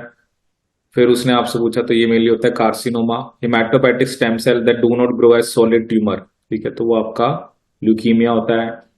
ये permanent change in the genome of cell, ठीक है, ये ट्रांसफॉर्मेशन होता है। ठीक है, ये नीचे कॉम्बिनेशन दे रखे हैं आपका, और मिजोडर्मल से जो आता है वो कौन सा होता है आपका सार्कोमा। ठीक है, तो सिंपल क्वेश्चन था ये आपका कि आपको सिंपली, क्योंकि जो कैंसर्स हैं या जो डिफरेंट टाइप ऑफ ट्यूमर्स हैं हमने उनको क्लासिफाई इस बेस पे करके कि उनका ओरिजिन क्या है। ठीक है, ये क्वेश्चन भी आपका मॉलिक्यूलर बाय का, fidelity of protein synthesis depends to a large extent on the accuracy of amino acylation of tRNA with correct amino acid. ठीक है, जिसे हम सेकंड जेनेटिक कोड बोलते हैं। However given that the side chains of many amino acids are not sufficiently different. ठीक है, ये भी कंसेप्ट हमने पढ़ा था। कई बार कुछ अमीनो एसिड ऐसे होते हैं जिनका, जैसे वैलिन है या उसके साथ आप आइसोल्यूसिन लगा लो। ठीक है, सो कई बार क्या होता है कि वो गलत अमीनो एसिड को लगा देते हैं। ठीक है, और जो थ्योरी मैंने आपको बताई थी, मैंने बताया था कि टीआरएनए सिंथेटेज में एक कैटालिटिक और एक एडिटिंग पॉकेट होती है। अगर कैटालिटिक पॉकेट पे टीआरएनए के साथ गलत अमीनो एसिड लग जाता है तो एडिटिंग पॉकेट पे उस गलत अमीनो एसिड को हटाया जाता है। ठीक है, So one such example of misacylation of tRNA threonine by THRS, तो मतलब मे भी कोई दूसरा इसके साथ लग गया. In this context following statements are made about the THRS. ठीक है. अब इसमें क्या बता रहा है कि it miss acylates tRNA threonine equally with serine and cysteine. ठीक है. It possesses a distinct editing site that preferentially basically deacylate the misacylated tRNA. ठीक है. तो ये बात सही है कि एडिटिंग साइट डिफरेंट होती है. The editing of the misacylated tRNA threonine occurs frequently in cis before the release. ठीक है. और एक स्टेटमेंट इसने क्या दे रखी है कि it possesses a distinct editing site that does not discriminate. ठीक है. तो ये स्टेटमेंट गलत है क्योंकि एडिटिंग साइट डिस्क्रिमिनेट कर सकती है कि जो मिसएसाइलेटेड है और जो आपका नॉर्मल है, और एडिटिंग साइट और अमीनोसाइलेशन साइट सेम है, ये भी गलत है आपका. ठीक है. तो बेसिकली इसमें आपका क्योंकि सिरिन और सिस्टीन, ठीक है, ये तो आपके सिरिन वो अमीनो एसिड होता है जिसमें एसएच ग्रुप होता है, ओएच ग्रुप होता है, सिस्टीन में ही होता है. ठीक है. तो इसमें ये बात तो पक्की है आपकी ना, जो ई स्टेटमेंट है, ठीक है, और जो डी है वो गलत है. ठीक है. तो ई इधर भी है, इधर आपका डी है. ठीक है. और सिस्टीन और सिरिन ये तो दोनों अलग है ना, क्योंकि थ्रियोनिन के पास ओएच ग्रुप होता है. तो हम ये मान के चल सकते हैं कि क्या पता उसने सिरिन वाला लगा दिया, बट सिस्टीन के पास तो एसएच ग्रुप होता है. ठीक है. तो बी और सी यहां पर सही है. तो कि एडिटिंग साइट है, ठीक है, जो अगर गलती से गलत अमीनो एसिड लग गया तो उसको रिमूव कर देती है. ठीक है. And that occurs in the cis before the release of misacylated tRNA threonine. ठीक है. क्योंकि फिर क्या होता है ना, इसे हमने पढ़ा था सेकंड जेनेटिक कोड. अगर गलत आपका अमीनो एसिड लग गया टीआरएनए के ऊपर, तो आपका हमने ये डिस्कस किया था कि बेसिकली आपका जो राइबोसोम है वहां पर जाके कोई चेकिंग नहीं होती है कि उसके साथ कौन सा बेसिकली अमीनो एसिड आपका लगा हुआ है. ठीक है. फिर एक क्वेश्चन है हमारे पास that is based on this human genome के कॉन्टेक्स्ट में है. ठीक है. Evidence derived by chromosome conformation capture suggests that each chromosome comprise a series of topological associated domains. ठीक है. सेकंड है कि insulators typically mark the boundaries of topologically associated domains, preventing the genes within the domain from being influenced by the regulatory modules of an adjacent domain. ठीक है. तो ये तो कुछ फैक्ट हैं जो बेसिकली यहां पर बता रखे हैं. Presence of insulators does not overcome the positional effect after integration of transgene into the genome. ठीक है. Insulators can provide barrier against the spread of heterochromatin. ठीक है. वैसे इंसुलेटर का यही काम होता है कि वो हेट्रोक्रोमेटिन के स्प्रेड को रोकते हैं. Insulator sequences are absent in Drosophila genome, which suggests their essentiality in achieving highest degree of gene regulation. ठीक है. तो ये तो थोड़ा सा आपको पहले इंसुलेटर का कंसेप्ट पता हो वो होता क्या है. ठीक है. तो उसके बेस पे आप इस क्वेश्चन को कर सकते हो. कुछ स्टेटमेंट्स हैं आपके पास यहाँ पर.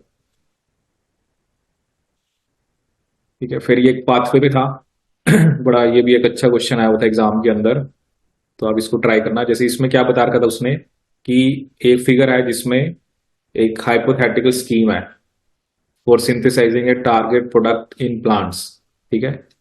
ABC are the precursors of a target product D. ठीक है. Where E is a bypass product. ठीक है. तो आप देख रहे हो ना, ए बी सी बन रहा है, कहते हैं डी जो है वो मेन प्रोडक्ट है. ठीक है.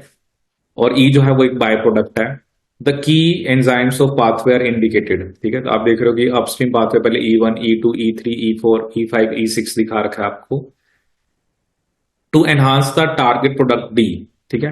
कहते हैं हमने डी जो प्रोडक्ट है उसको एनहांस करना है उसके लेवल को, तो क्या स्ट्रेटेजी होनी चाहिए. ठीक है. तो ये आप पाथवे के साथ साथ इसको हम कंपेयर करते हैं. ठीक है. अब इसमें देखो उसने पहला स्टेटमेंट क्या दिया है, enhancing the activity of enzyme E5 by overexpression और प्रोटीन इंजीनियरिंग. ठीक है. अब देखो मुझे डी का लेवल बढ़ाना है, मतलब मुझे डी बढ़ाना है, तो E5 का लेवल आप बढ़ा दो, तो ऑब्वियसली जितना एंजाइम E5 ज्यादा होगा तो आपका सी से डी बनेगा। ठीक है, क्योंकि उसने ना एक क्वेश्चन में और भी लाइन यहाँ पर, ये पहले कुछ स्टेटमेंट दी और बाद में उसने ये भी कहा है कि मतलब फीडबैक रेगुलेशन यहाँ पर नहीं है। नॉर्मली फीडबैक रेगुलेशन होते हैं, कई बार एक पाथवे का जो प्रोडक्ट बनता है वो किसी एंजाइम को इनहिबिट कर देता है, तो यहाँ पर नो फीडबैक रेगुलेशन। ठीक है, तो प्रोडक्ट जितना है आप उसको बना सकते हो। ठीक है, आप E5 का लेवल बढ़ा दो, सही है। दूसरा, enhancing the activity of enzyme E4 by over expression और प्रोटीन इंजीनियरिंग। ठीक है, अब देखो E4 का तो जो लेवल है, ठीक है, क्योंकि उसने तो बेसिकली अब सिर्फ E4 का बढ़ाने से नहीं होगा ना, वो तो सी बनाता जा रहा है। लेकिन E5 अगर जो है, क्योंकि वो तो उतना ही है तो उतना ही बनाएगा, तो सी को बढ़ाने से कुछ नहीं होगा। मतलब मेन आपको पहले क्या करना पड़ेगा, हाँ अगर ठीक है आप E4 को भी बढ़ा रहे हो E5 को भी बढ़ा रहे हो फिर तो सही है, लेकिन सिर्फ सी का लेवल बढ़ाने से, क्योंकि E5 जो है उसने तो उसके तो एक स्पेसिफिक नंबर ऑफ मॉलिक्यूल्स हैं, तो उसने तो उतने ही सी से डी बनाना है, चाहे सी आप जितने भी बना लो। ठीक है, तो उससे फर्क नहीं पड़ना चाहिए। तीसरा उसने क्या कहा कि एनहांसिंग द लेवल्स ऑफ सी। ठीक है, अब सी का लेवल बढ़ाने से कुछ नहीं होगा ना, मेनली एंजाइम भी तो बेसिकली आपको E5 मेन चाहिए। ठीक है, और एक उसने क्या कहा है कि blocking the activity of E6 by RNA interference. ठीक है, कि जो E6 है उसकी आप एक्टिविटी को रोक दो। ठीक है, बिल्कुल सही बात है, क्योंकि E6 भी क्या कर रहा है, वो सी से ई बना रहा है। ठीक है, अब E6 को ब्लॉक कर दो तो सारे का जो भी सी बन रहा है वो फिर डी बनाएगा, ई तो बनाएगा ही नहीं, तो आपका डी ज्यादा बन जाएगा। ठीक है, तो ये एक अच्छा क्वेश्चन था। तो इसमें बस ये जो दो उसने मेन बात यहाँ पर डिस्कस करी, एक तो आप E5 का लेवल बढ़ाओ, ठीक है, ताकि मैक्सिमम सी से डी बने, और दूसरा आप E6 को ब्लॉक करा दो या उसकी जीन को रिमूव कर दो, ताकि जो भी सी है वो ई में कन्वर्ट नहीं होगा तो अल्टीमेटली वो डी में कन्वर्ट होगा। ठीक है, ये पैडी के बेस्ड क्वेश्चन था, ये भी काफी इजी क्वेश्चन आया हुआ था कि जैसे पेरेंट्स को डिजीज नहीं है फिर भी बच्चे में डिजीज आ रही है। ठीक है, तो अब इसमें पैडिग्री आपको दी हुई है और कुछ स्टेटमेंट्स दी हुई थी। The following statements are drawn from the above pedigree towards understanding the pattern of inheritance. An affected male does not appear to pass the trait to his sons. ठीक है, तो अगर हम देखें जैसे यहाँ पर फादर अफेक्टेड है, इधर भी फादर अफेक्टेड है, तो ट्रेड जो है वो सन्स में नहीं जा रहा है। ठीक है, तो ये स्टेटमेंट सही है। An affected male appears to pass the allele to a daughter who is unaffected. ठीक है, जैसे मेल अफेक्टेड है तो, क्योंकि ये जिसमें सर्कल के अंदर डॉट होता है वो कैरियर होता है, तो ये स्टेटमेंट भी आपकी सही है कि जो अफेक्टेड मेल है वो pass the allele to a daughter who is unaffected. All affected individuals have at least one affected parent. ठीक है, तो ऐसा नहीं है ना, देखो अब ये दोनों पेरेंट अफेक्टेड नहीं थे फिर भी आगे बच्चे को डिजीज आ गई। ठीक है, तो रिसेसिव में तो यही होता है कि ऐसे नहीं होता कि दोनों पेरेंट को डिजीज हो, तो एटलीस्ट वन भी नहीं है। The given trait appears to be recessive, ये भी सही है। और the given trait appears to be an autosomal recessive. ठीक है, अब देखो ऑटोजोमल रिसेसिव में जनरली क्या होता है, अगर दोनों जो पेरेंट्स हैं, ठीक है, तो बेसिकली अगर जो दोनों पेरेंट्स हैं आपके, ठीक है, क्योंकि ऑटोजोमल का केस क्या होता है कि अगर दोनों को डिजीज नहीं है तो दोनों कैरियर होने चाहिए, मतलब दोनों हेट्रोजाइगस होने चाहिए। ठीक है, बट ऐसा नहीं है यहाँ पर। तो यहाँ पर ये, जैसे अब यहाँ पर हम कह रहे हैं कि जो फीमेल है, ठीक है, तो वो कैरियर है, ठीक है, और मेल नॉर्मल है। ठीक है, तो ये मतलब क्या शो कर रहा है, ये एक्स लिंक्ड रिसेसिव शो कर रहा है। ठीक है, क्योंकि ऑटोजोमल रिसेसिव के केस में दोनों जो पेरेंट्स हैं वो हेट्रोजाइगस होने चाहिए तभी डिजीज आगे जाती है। ठीक है, तो ये भी सिंपल क्वेश्चन था आपका। फिर उसके बाद ये भी हमने क्वेश्चन डिस्कस किया हुआ है, एपिनेफ्रिन की सिग्नलिंग। सबसे पहले आपका जी प्रोटीन एक्टिवेट होता है, ठीक है, फिर वो एडेनिलिक साइक्लेज को एक्टिवेट करता है, फिर वो सेकेंडरी मैसेंजर बनाता है जो आगे प्रोटीन काइनेज 1 को एक्टिवेट करता है। So this is very simple question जो हमने जीपीसीआर में पढ़ा था।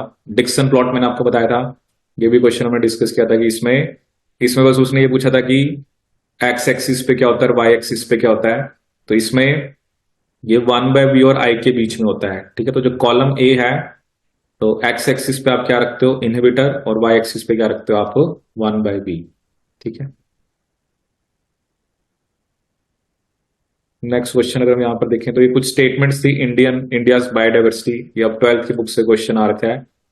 तो वहां पर अब जैसे मान लो ये 4 स्टेटमेंट थी, ठीक है, अब ये लाइन अगर आप बायोडाइवर्सिटी वाला चैप्टर देखोगे 12th की बुक का, India has 2.4% of the world land area, ये स्टेटमेंट वहां पे दी है, बट इट अकाउंट्स फॉर 8.1%। ठीक है, तो जैसे यहाँ पे 12% लिखा हुआ था, तो ये स्टेटमेंट गलत होगी। India has about 45,000 species of, वहां पर लिखा हुआ है प्लांट्स, एंड उससे डबल स्पीशीज हैं एनिमल्स की। ठीक है, तो यहां पर भी इसने उल्टा कर दिया। तो अगर किसी ने +2 का बायोडाइवर्सिटी का चैप्टर पढ़ा हुआ है तो उसको ये पता है कि ये दोनों स्टेटमेंट गलत है। ठीक है, तो बाकी दोनों ऑटोमेटिकली क्या होगी आपकी सही। ठीक है, 4 of the globally identified biodiversity hotspots are found in India. ठीक है, और मतलब पुरानी एनसीईआरटी बुक्स में देखो तो वहां पे 3 है, तो आप देखना कौन से 4 हॉटस्पॉट्स हैं। ठीक है, और India is estimated to harbour about 60% of global tiger population, तो ये स्टेटमेंट भी आपकी सही होगी। ठीक है, हॉटस्पॉट्स देखना आप कौन कौन से हॉटस्पॉट्स हैं। नेक्स्ट क्वेश्चन यहां पर अगर हम देखें, ग्लाइकोलिसिस पे भी बड़ा सिंपल क्वेश्चन आ रखा था। हेक्सोस फॉस्फेट से आपका क्या बनेगा, सेलुलोज। पायरुवेट से एलेनिन बनता है, पेंटोज फॉस्फेट से आपके न्यूक्लियोटाइड बनते हैं, ऑक्सैलिक एसिड से आपका एस्पार्टेट। Very simple question. ये कुछ ट्रांसजेनिसिस से रिलेटेड था, फिर ये अपना एग्रोबैक्टीरियम से रिलेटेड कुछ स्टेटमेंट्स हैं। ये भी हमने डिस्कस किया था डीएनए के बारे में कि जो डिफ्रैक्शन पैटर्न है, ठीक है, तो जो जो ये वाला है ये बीडीएनए का, ये एडीएनए का है। तो सीओडी इसमें सही था कि जो एडीएनए है वो सेकंड वाला दिखा रहा है, और उसमें जनरली हमने पढ़ा था कि 11.6 या 11.5 होते हैं, और जो फर्स्ट है वो बीडीएनए का जिसमें वैसे 10.5 होते हैं, बट यहाँ पर 10 मेंशन्ड है। ठीक है, ये कुछ आपके इकोलॉजी वगैरह कुछ एनिमल फिजियो से रिलेटेड क्वेश्चंस हैं।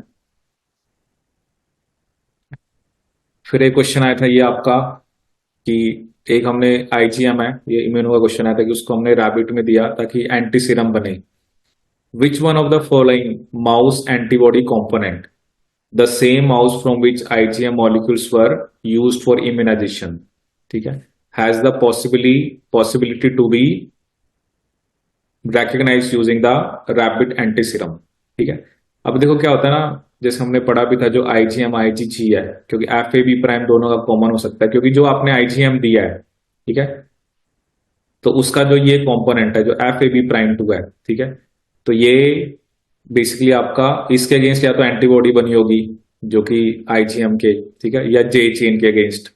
तो आप ये दोनों में से कोई भी यूज कर सकते हो। ठीक है, क्योंकि मैंने आपको बताया भी था कि आईजीजी और आईजीएम ये किस बेस पे डिफरेंट होते हैं, they are different on the basis of the constant region of heavy chain. ठीक है, तो अलग अलग एंटीबॉडीज की क्लासेस का वेरिएबल रीजन सेम हो सकता है।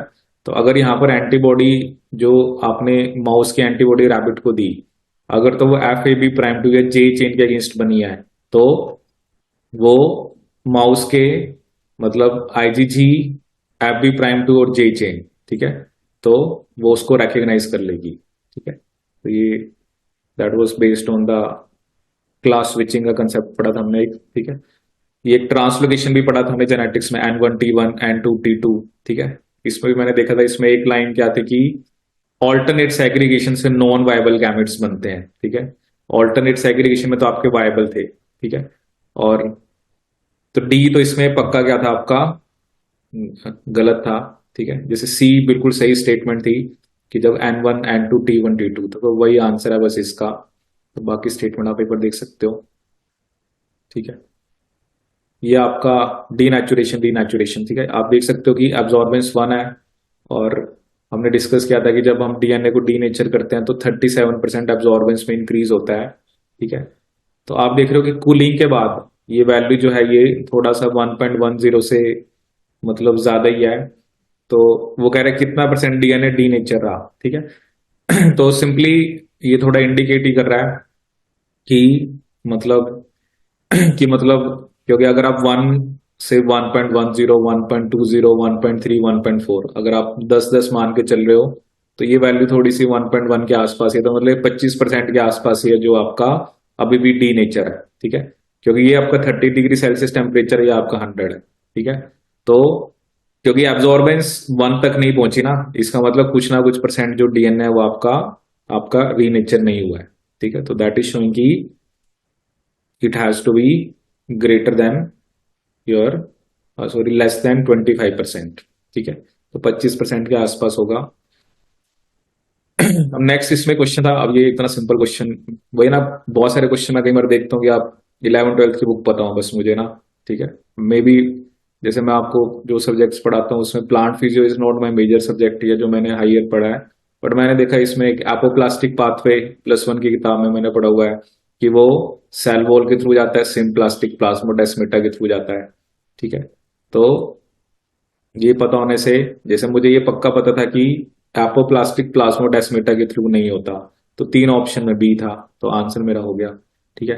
ये भी मैंने देखा, भी बड़ा सिंपल क्वेश्चन था। हीमोग्लोबिन सिंथेसिस के बारे में मैंने पढ़ा हुआ है कि सक्सिनाइल कोए और ग्लाइसिन, ठीक है, ये जनरली बनाते हैं, एसिटाइल कोए नहीं बनाता है, ये मुझे पता है। तो सी पक्का गलत था, ठीक है, तो इनकरेक्ट आपने बताना था। तो बी पक्का सही था, सी मुझे पक्का पता था गलत है, ठीक है। और it is synthesise in mature erythrocyte, ये स्टेटमेंट भी गलत है, क्योंकि ये तो या तो ड्यूरिंग आरबीसी मैच्योरेशन बनता है, ठीक है। तो ये भी काफी जगह क्वेश्चन आता है, मतलब हीमोग्लोबिन के सिंथेसिस में जब आप स्टार्ट करते हो ना, तो ये मतलब मैंने काफी जगह पढ़ा होगा कि ग्लाइसिन और सक्सिनाइल कोए, ठीक है, तो उससे स्टार्ट होता है।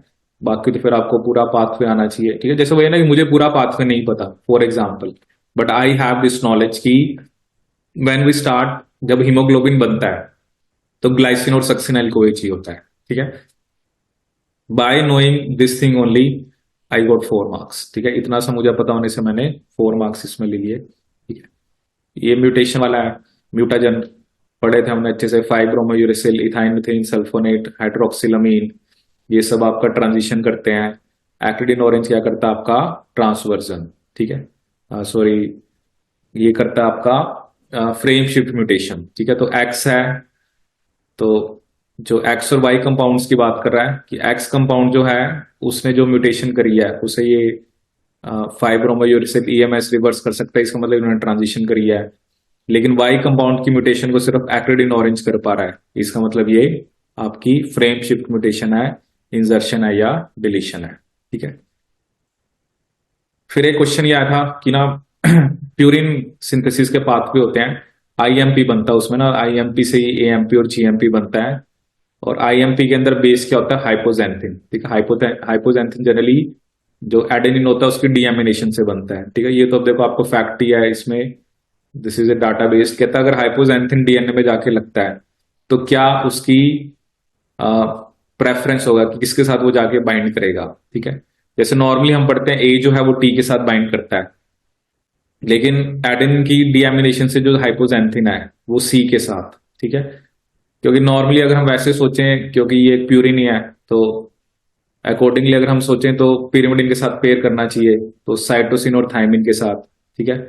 तो बट ऐसा नहीं है, वो जो भी डाटा बेस्ड है, क्योंकि उस बेस पे बच्चा साइटोसिन थाइमिन लगाएगा, ठीक है।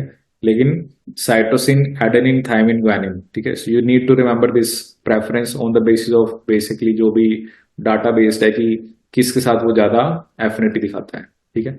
एक ये क्वेश्चन आया था हीम एग्लूटिनिन के ऊपर, 53 अमाइनो एसिड होते हैं इसके अंदर, ठीक है। अल्फा हेलिक्स आपने पढ़ा ही है कि 3.6 अमाइनो एसिड, सॉरी 3.6, हाँ 3.6 एक टन में अमाइनो एसिड होते हैं, उसके कारण लेंथ 5.4 एंगस्ट्रॉम होती है, ठीक है। तो मतलब एक अमीनो एसिड 1.5 एंगस्ट्रॉम करता है, तो 53 को आप 1.5 से करोगे तो इसके अप्रोक्सीमेट आंसर आएगा, एक टन के अंदर 3.6 होते हैं, तो 54 को आप 3.6 से कर दो तो ये आएगा, ठीक है। इसमें थोड़ा हाइड्रोजन बॉन्ड का खेल था। नॉर्मली आप बहुत जगह पे देखोगे ना, जितने भी अमाइनो एसिड होते हैं, ठीक है, उसमें से ना 4 माइनस करते हैं, तो कई जगह आपको ना इसका आंसर आप देखोगे तो 49 लिखा हुआ है। बट अब यहाँ पे पता नहीं इन्होंने क्या किया हुआ है, यहाँ पर सिंपली इन्होंने पहले तो क्या किया हुआ है, जितने अमाइनो एसिड्स हैं उसको डबल कर रखा है कि 106, फिर उसमें से 4 कर रखा है, ठीक है। बट बहुत जगह आप देखने को मिलेगा तो आपको इसमें 49, ठीक है। तो 49 मतलब जितने भी होते हैं ना, जैसे एक बार एग्जाम में एक बार और भी क्वेश्चन आया था, क्योंकि क्या होता है हाइड्रोजन बॉन्ड आई और I+4 के बीच में बनता है, ठीक है। तो जैसे एक बार आया था कि 15 अमीनो एसिड है तो उसका आंसर था 11, ठीक है। बट अब ये पता नहीं इन्होंने क्यों 102 दिया हुआ है, कई जगह पे 49 भी लिखा होगा, बट इसको चाहे आप याद रख लेना, या तो कुछ ना कुछ हीमैग्लूटिन के स्ट्रक्चर में कुछ स्पेसिफिक है, कि या तो कुछ वो किसी डिफरेंट फॉर्म में है, क्योंकि 75.6 और 14 दो ऑप्शन में था, ठीक है, बट 102 और 104 that was the main thing जो आपको आंसर देना था, क्योंकि 49 तो ऑप्शन में नहीं था, तो वो तो आपका आउट ही हो गया, ठीक है। तो ये भी एक क्वेश्चन आया हुआ था। फिर ये कुछ टीडीएनए से रिलेटेड था, चलो थोड़ा कॉम्प्लेक्स था। You need to leave the kind of question जो थोड़े लंबे कॉम्प्लेक्स लग रहे होते हैं, ठीक है। You can try for your knowledge, but at the time of exam it matters कि आप ज्यादा टाइम उसमें ना दें। अब ये भी एक अच्छा क्वेश्चन आया था कि the initiation of transcription is a complex process involving promoter recognition, conversion of the initiation complex from close to open form, abortive. कई बार एबोटिव का मतलब ये होता है कि कई बार ना छोटे छोटे ट्रांसक्रिप्ट बनते हैं पहले, and finally promoter escape. The following statements are made, ठीक है। अब इसमें क्या स्टेटमेंट थी कि प्रोमोटर जो एस्केप होता है इन bacteria is usually accompanied by the release of sigma factor, ठीक है, क्योंकि सिग्मा ही वो रीजन होता है जो प्रोमोटर के साथ बाइंड करता है। Abortive initiation events in prokaryotes result in formation of short transcript that is 10 nucleotides in length, ठीक है, और इन यूकैरियोट्स 75, ठीक है। तो ये तो एक डाटा जो आपको याद रखना है। Promoter escape in eukaryotes is accompanied by phosphorylation of RNA polymerase large subunit on its CTD, ठीक है, ये भी हमने पढ़ा था। अब इसमें क्या था कि प्रमोटर जो recognition होती है बैक्टीरिया में, that is governed by sigma factor which binds to the -10 and -35 of the promoter followed by recruitment of RNA polymerase 2। देखो ये इसने गलत लिख दिया, बैक्टीरिया में तो एक ही पॉलीमरेज होता है, आरएनए पॉलीमरेज 2 की जो हम बात करते हैं वो तो हम अपने अंदर बात करते हैं, ठीक है। तो इसमें डी स्टेटमेंट आपकी गलत थी, ठीक है। और ये जो इसमें आपको इसकी लेंथ देखनी पड़ेगी बेसिकली ना, कि ये जो एबॉर्टिव इनिशिएशन होता है, ठीक है, इसको आप चेक करना कि जो एबॉर्टिव इनिशिएशन इवेंट होते हैं बैक्टीरिया में और यूकैरियोट्स में, तो उसमें क्योंकि ये जो लेंथ्स हैं ये गलत दे रखी हैं, देखो, तो आप चेक करना कि कौन सी लेंथ के वो आपके जो इनिशिएशन के बाद ट्रांसक्रिप्ट वो कौन सी लेंथ के बनाते हैं, ठीक है। एक ये भी क्वेश्चन आया होता है कि introns are not part of the process transcript that gets translated, क्योंकि इंट्रॉन्स रिमूव हो जाते हैं। तो इस पेपर में वही देख रहा हूँ, मॉलिक्यूलर बायोलॉजी बहुत ज्यादा ही है। So they are important for several reasons. The following statements are made with reference to the possible ways in which introns are crucial. They permit the generation of different protein product from the same gene, ठीक है। तो ये भी हमने देखा था कि alternative splicing होती है, तो ये स्टेटमेंट सही है। दे मेन एनकोड mRNA, ये भी हमने आरएनए इंटरफेरेंस में पढ़ा था, ठीक है, तो ये स्टेटमेंट भी सही है। दे ऑफन एनकोड पेप्टाइड, ठीक है। इंट्रॉन्स तो न्यूक्लियस से बाहर जाते ही नहीं है, तो पेप्टाइड बनाना तो मतलब पेप्टाइड तो तभी बनेगा ना जब इंट्रॉन न्यूक्लियस से बाहर जाएगा, तो ये स्टेटमेंट आपकी गलत है। They promote export of certain mRNA through the recruitment of transport protein by exon junction complex, ठीक है। तो ये आपने पढ़ना पड़ेगा एक्सोन जंक्शन कॉम्प्लेक्स को, तो क्योंकि इसमें मेरे को ये पता है कि सी गलत है, और सी जो था वो आपका इन दो में तो था ही सी, ठीक है। और ये दोनों स्टेटमेंट इन्होंने सही बता रखी है, ठीक है। तो एक्सोन जंक्शन कॉम्प्लेक्स ये थोड़ा सा आपको देखना पड़ेगा कि कैसे वो mRNA जो इंट्रॉन्स हैं, how they promote export. Export मतलब जो mRNA आपको बाहर लेके जाना है through the recruitment of export protein by the exon junction. Exon junction वही होता है ना जहां पर दो एक्सोन्स ज्वाइंड है। And they also play role in mRNA surveillance through the modulation of nonsense mediated mRNA decay by the exon junction complex, ठीक है। mRNA सर्विलियंस का यही मतलब होता है कि वो mRNA जो बना है कि उससे प्रोडक्ट अभी बनवाना है या नहीं बनाना है, ठीक है। तो ये भी क्वेश्चन आ रखा है। देन वी हैव, ठीक है, ये क्रोमैटिन रीमॉडलिंग पे क्वेश्चन आ रखा है। तो क्रोमैटिन रीमॉडलिंग से दैट ऑल्टर्स और slides the nucleosome but can not displace it, ठीक है। ठीक है, ये स्टेटमेंट आपकी गलत है ए, क्योंकि इसमें करेक्ट पूछिए ना। दूसरा, क्रोमैटिन रिमॉडलिंग में एनर्जी लगती है, ये बिल्कुल सही बात है। हिस्टोन एसिटाइलेशन एक रिवर्सिबल प्रोसेस है in which direction in each direction of the reaction is catalysed by different enzyme, ठीक है। In general, acetylation of core histone reduces their affinity for DNA and destabilize the chromatin structure that causing transcriptional repression. ये तो बिल्कुल गलत बात है। Acetylation होने से तो वहां पर डीएनए आपका लूजली पैक्ड हो जाता है, तो वो तो ट्रांसक्रिप्शन को एक्टिवेट करता है।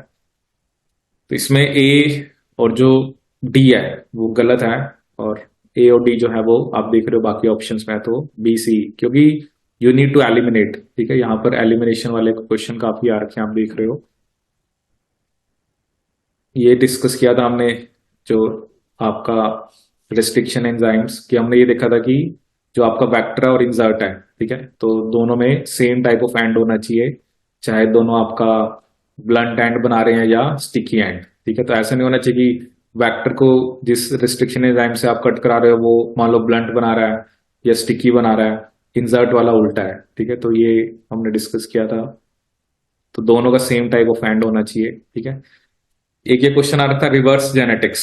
ठीक है, तो इसमें आप बेसिकली रिवर्स जेनेटिक्स में थोड़ा ये होता है कि आप मॉड्यूलेट करते हो डीएनए को ताकि उसका फिनोटाइप चेंज हो।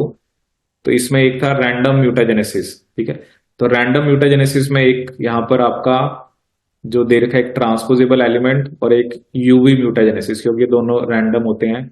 टारगेटेड म्यूटाजेनेसिस में एग्जांपल दे रखा होमोलोगस रिकॉम्बिनेशन। ठीक है, और फिनोकॉपिंग में एग्जांपल है आरएनए इंटरफेरेंस। ठीक है, तो ये आपको याद रखना है। ठीक है, ये इकोलॉजी पे बेस्ड क्वेश्चन है, सक्सेशन के मॉडल्स। ठीक है, एक ही ईजी की फ्रीक्वेंसी है, ये एनिमल फिजियो वाले याद रख सकते हैं, जोलॉजी वाले।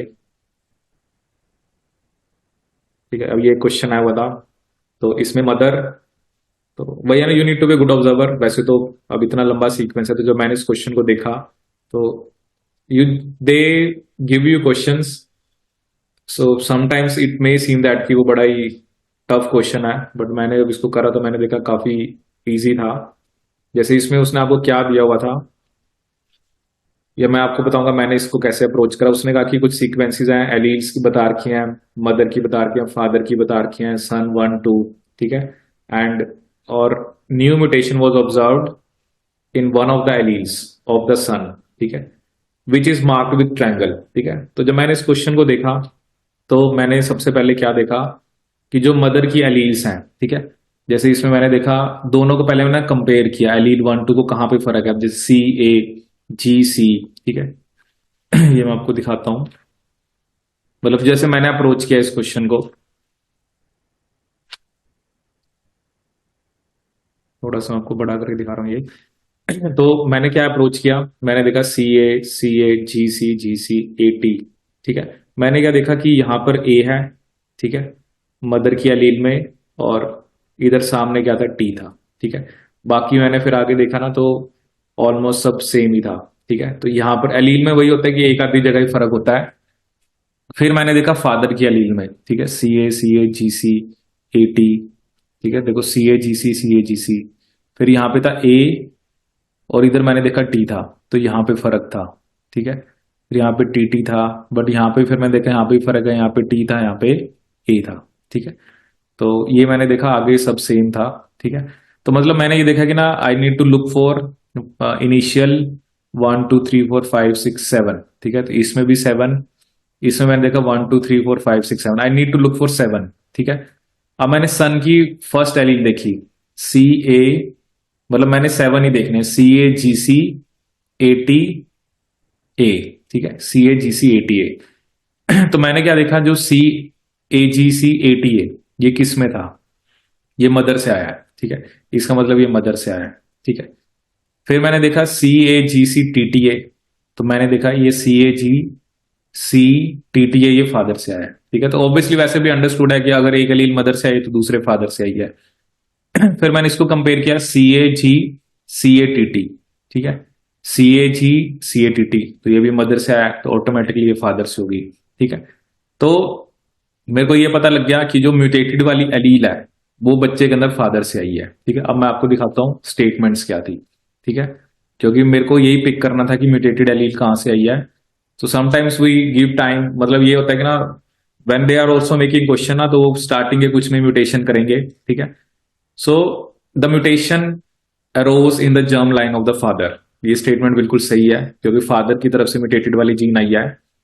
दूसरी स्टेटमेंट क्या थी, the mutation arose in the son, ये गलत हो गया क्योंकि सन के अंदर तो बेसिकली ये म्यूटेशन नहीं अरोज हुई ना, ये तो क्योंकि दोनों में ये जो एलील है वो फादर से आई है, ठीक है। The given DNA sequence are present on the X chromosome, ठीक है, एक स्टेटमेंट ये थी। And there is a possibility to use RFLP for tracking this variation, ठीक है। अब देखो यहां पर आप, क्योंकि ये एक्स लिंक तो नहीं, क्योंकि आप बोल सकते इसे, ठीक है, क्योंकि ये पक्की बात है ए सही था। तो मैंने देखा कि, और RFLP क्या होता है, RFLP यही तो होता है हेट्रोजाइगोट्स को हम कैसे वेरिएशन करते हैं, ठीक है। तो इसका ए और डी आपका सही था, क्योंकि एक्स लिंक यहां पर आप, क्योंकि एक्स लिंक नहीं बता सकते यहां पर, क्योंकि दोनों एलील हैं वो सेम ही से ही हैं, तो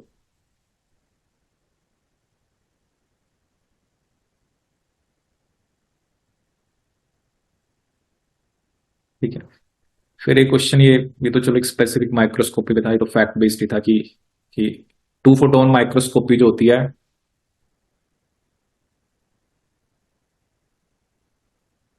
कि properties of two photon microscopy over traditional confocal microscopy. So this is a very specific question. ठीक है, एक क्वेश्चन ये आया था, ये हमने डिस्कस भी किया था कि इंडिपेंडेंट और डिपेंडेंट वेरिएबल, ठीक है। तो जनरली जो हम अलग अलग टाइप के ग्राफ बनाते हैं ना, कि जो हम बेसिकली आपका जैसे हमने पढ़ा था माइकैलिस, उसमें सॉरी माइकैलिस मेंटन इक्वेशन में एक डबल रेसिप्रोकल प्लॉट होता है, ठीक है, एक आपका जो एडी हॉफस्टी प्लॉट होता है, ठीक है। तो एक्चुअली क्या होता है ना, जैसे 1/v वर्सेस 1/s, ठीक है। तो जैसे इसमें, और एक होता है आपका v वर्सेस v/s, ठीक है। तो इसमें कंसेप्ट होता है डिपेंडेंट और इंडिपेंडेंट वेरिएबल्स का, ठीक है। सो जैसे क्या होता है ना, 1/s को आप बोलते हो इंडिपेंडेंट, ठीक है, क्योंकि s इसके ऊपर, मतलब 1/v इसके ऊपर डिपेंडेंट है, क्योंकि अगर आप 1/s को चेंज करते हो तो 1/v चेंज होता है। तो 1/s होता है आपका इंडिपेंडेंट वेरिएबल, ठीक है। लेकिन आपका जो 1/v होता है वो कौन सा होता है, आपका डिपेंडेंट वेरिएबल, ठीक है। लेकिन यहां पर क्या होता है ना, जब आप v और v/s के बीच में ग्राफ बनाते हो, ये थोड़ा सा उसने इसको डिफरेंट वे में रीअरेंज कर रखा है। तो बेसिकली यहां पर जैसे दोनों में v आ गया, तो इसमें दोनों में ही, मतलब उसने क्या पूछा था, neither X nor Y had independent variable, ठीक है, क्योंकि दोनों में वेलोसिटी आ गई, तो दोनों कैसे वेरिएबल आपके डिपेंडेंट होंगे, ठीक है। तो ये आप इसको, जो इक्वेशन थी हमारी, अगर आप उसको रीसेट करोगे ना, तो मतलब आपको, जो हमने एडी हॉफस्टी प्लॉट पढ़ा था, अगर आप उसको रीअरेंज करोगे तो आपका ये आंसर आ जाएगा, ठीक है। क्योंकि वो हमने किसके बीच में बनाया था, v वर्सेस v/s, ठीक है, जो हमने ये पढ़ा था कि जो ये वाला ग्राफ आया था, ये वैल्यू थी आपकी v max, ठीक है, और स्लोप क्या था इसका, -km, ठीक है। यहां पर v और ये v/s, ठीक है। सो जो v is equal to -km v/s plus v max, ठीक है, उसी को उन्होंने रीअरेंज कर रखा है। तो y एक्सिस पे v था, x एक्सिस पे v/s था, -km आपका स्लोप था, ठीक है। और यही क्वेश्चन जो इवनिंग शिफ्ट में भी बिल्कुल इसी पे बेस्ड क्वेश्चन आया हुआ था, ठीक है। एक क्वेश्चन ये भी आप ट्राई करना कि regulation of mRNA translation is a major mechanism that maintains stoichiometry availability of ribosomal protein to ribosomal RNA molecule, ठीक है, क्योंकि RNA के साथ ही प्रोटीन बाइंड करके आपका राइबोसोम बनाता है, ठीक है। उसने क्या किया कि translation regulation is facilitated by general occurrence of a ribosomal protein genes in several operon containing multiple gene, which one of the following represent an established mechanism to ensure optimal production of ribosomal protein, ठीक है, क्योंकि ribosomal RNA अलग बन रहा है, protein अलग बन रहा है। तो ये आप याद रखना कि जो जनरली जो फ्री राइबोसोमल प्रोटीन होता है वो mRNA के साथ जाके बाइंड कर जाता है। वैसे तो mRNA को राइबोसोम के साथ बाइंड करना है, ठीक है, लेकिन अगर थोड़ा एक्स्ट्रा बन गया ना, ज्यादा बन गया, तो वो mRNA के साथ जाके बाइंड करके उसको डाउन रेगुलेट करता है, उसकी ट्रांसलेशन को वो रोकता है, ठीक है। अब कुछ चीजें ऐसी होती है ना जो कि कुछ रिसर्च ओरिएंटेड है, या नई रिसर्च चल रही है, या कोई स्पेसिफिक बुक में से होता है, तो ये जो चीजें होती है ना, you should when you have the basic understanding. अब देखो क्या होता है, बेसिक यहाँ पर क्वेश्चन का क्या था कि राइबोसोमल RNA बनता है और प्रोटीन बनता है, तो दोनों ने मिलकर राइबोसोम बनाना है, ठीक है। लेकिन अगर मान लो राइबोसोमल प्रोटीन ज्यादा बन गया, ठीक है ना, और राइबोसोमल आरएनए उतना है नहीं, तो वो कह रहा है कि फ्री वाला क्या करेगा, ठीक है। तो यहां पर जो भी स्टडीज के बेस पे, जैसे एक ऑप्शन था कि जो फ्री वाला होता है वो कोरस्पॉन्डिंग डीएनए से बाइंड करेगा और उसकी ट्रांसक्रिप्शन को एक्टिवेट करा देगा ताकि राइबोसोमल आरएनए और बने, ठीक है। तो ऐसे तो नहीं बाइंड करेगा ना वो, क्योंकि it is not acting as a transcription factor. The free ribosomal RNA bind to RNA polymerase, और वो ट्रांसक्रिप्शन को रोक देगा ताकि to decrease the availability of their mRNA. ऐसा भी नहीं बनता कि, मतलब एक तरफ वो कह रहा है कि वो मतलब ट्रांसक्रिप्शन को, मतलब राइबोसोमल आरएनए का जो प्रोटीन है उसने तो राइबोसोम का पार्ट बनना है, उसने ट्रांसक्रिप्शन को अफेक्ट नहीं करना है, ठीक है। और एक उसने लिखा है कि जो फ्री आरएन प्रोटीन है that bind free NTP which then activates their cryptic ribonuclease activity leading to degradation, ठीक है। तो ये भी नहीं है। तो जो फ्री राइबोसोमल आरएनए है वो राइबोसोमल जो प्रोटीन है वो एमआरएनए के साथ बाइंड करके बेसिकली ट्रांसलेशन को क्या करता है, डाउन रेगुलेट करता है, ठीक है। तो समटाइम्स राइबोसोमल प्रोटीन का काम हमने ट्रांसक्रिप्शन के कॉन्टेक्स्ट में तो पढ़ा ही नहीं है, और ना वो कुछ ऐसे ही एनटीपी के साथ जाके बाइंड कर जाएगा, ठीक है। क्योंकि एनटीपी के पास थोड़ा कोई एक्टिविटी होती है कि एनटीपी तो राइबोन्यूक्लियोटाइड्स हैं। एक ये भी बड़ा इजी क्वेश्चन था, सेल साइकिल हमने पढ़ी थी, सीडी के वन, ठीक है। तो सीडी के वन की हम कहां पर बात करते हैं, जब हम माइटोटिक एंट्री, जब सेल माइटोसिस में जाता है। APC anaphase promoting complex, anaphase onset. CD K two हमने कहां पे डिस्कस किया था, आपका एस फेज एंट्री, ठीक है। और ओरा बी काइनेज हमने साइटोकाइनेसिस में पढ़ा था, ठीक है। तो ये बीजी क्वेश्चन आया हुआ था। नेक्स्ट क्वेश्चन यहां पर देखें, ये आपका पिट्यूटरी से रिलेटेड था आपका, ठीक है। अब इसमें भी क्या है ना कि ए स्टेटमेंट, ये अब देखो छोटे बच्चों को बताते हैं, ऑक्सीटोसिन और जो वैसोप्रेसिन है वो हाइपोथैलेमस बनाता है, बट उसको स्टोर जो है वो आपका पोस्टीरियर पिट्यूटरी करती है, ठीक है। तो इसमें ये स्टेटमेंट पक्का गलत है, ठीक है। बट आपको बाकी भी देखने थे, प्रोलैक्टिन हम इंटीरियर पिट्यूटरी से ही बात करते हैं, ठीक है। तो alpha and beta MSH are secreted from the intermediate lobe, ठीक है। ये मेरे से स्टूडेंट ने क्वेश्चन भी पूछा था। एक्चुअली क्या होता है ना, एडल्ट्स के अंदर क्या होता है कि ना, जो एक तो होता है इसके अंदर एंटीरियर एक पोस्टीरियर, तो जो इंटरमीडिएट है ना वो पोस्टीरियर के साथ या एंटीरियर के साथ जो भी है, मतलब वो फ्यूज हो जाता है उसके साथ, मतलब इंटरमीडिएट मोड, इंटरमीडिएट जो लोब है वो अलग से नहीं होता, ठीक है। अब ये एक छोटी सी लाइन से भी क्वेश्चन हो जाएगा, अगर आप ये 11th की बुक में भी देखोगे ना, तो वहां पर ही मेंशन कर रखा है कि इंटरमीडिएट लोब जो है वो ऑलमोस्ट मतलब फ्यूज हो जाता है आपके, आई थिंक एंटीरियर ही होगा उसके साथ। तो एंटीरियर के साथ वो फ्यूज हो जाता है, तो उसका इंडिपेंडेंट एग्जिस्टेंस ही नहीं है, ठीक है। और तो ये पता होने से ये भी आपका हो जाता, ठीक है। तो वहां पर एक लाइन लिखी हुई है कि जैसे ये अलग अलग पार्ट्स होते हैं, पार्ट्स इंटरमीडिया, पार्ट्स नर्वोसा, ठीक है, पार्ट्स डिस्टेलिस, तो ये अलग अलग पार्ट होते हैं पिट्यूटरी के, ठीक है। ये भी बड़ा सिंपल क्वेश्चन आया था, कॉलेजन ट्रिपल हेलिक्स होता है, ठीक है, सही स्टेटमेंट थी ये। इसके अंदर ये लेफ्ट हैंडेड होता है हेलिक्स, ठीक है। और आइसोप्रिनाइल बॉन्ड ऐसा कुछ नहीं पढ़ा। और इसमें ग्लाइसिन वाइज ही होता है, ये हमने पढ़ा था कि वाई जनरली, जैसे हमने वहां पे एक्स वाई पढ़ा था, एक आपका प्रोलिन होता है और दूसरा हाइड्रोक्सी प्रोलिन, ठीक है। तो एसीडी सही था यहाँ पर, ठीक है। एक ये क्वेश्चन आप पढ़ना, पोलर इफेक्ट, ठीक है। ये भी हमने, थोड़ा लेंथी था क्वेश्चन बट इसको पढ़ना आप, क्योंकि ये अभी भी रिसेंट एग्जाम में क्वेश्चन आया था, डिस्कस भी करा था, पोलर म्यूटेशन। तो कई बार क्या होता है, जैसे जो ऑपेरॉन सिस्टम होते हैं, ठीक है, जैसे हमने जेड जी वाई ए जो लैक ऑपेरॉन है, अगर पहले वाले जीन के अंदर स्टॉप कोडॉन आ जाता है या नॉनसेंस म्यूटेशन हो जाती है, तो उसकी वजह से जो डाउन स्ट्रीम वाले हैं उनकी एक्टिविटी पे भी फर्क पड़ता है, ठीक है। तो you just go through the statements.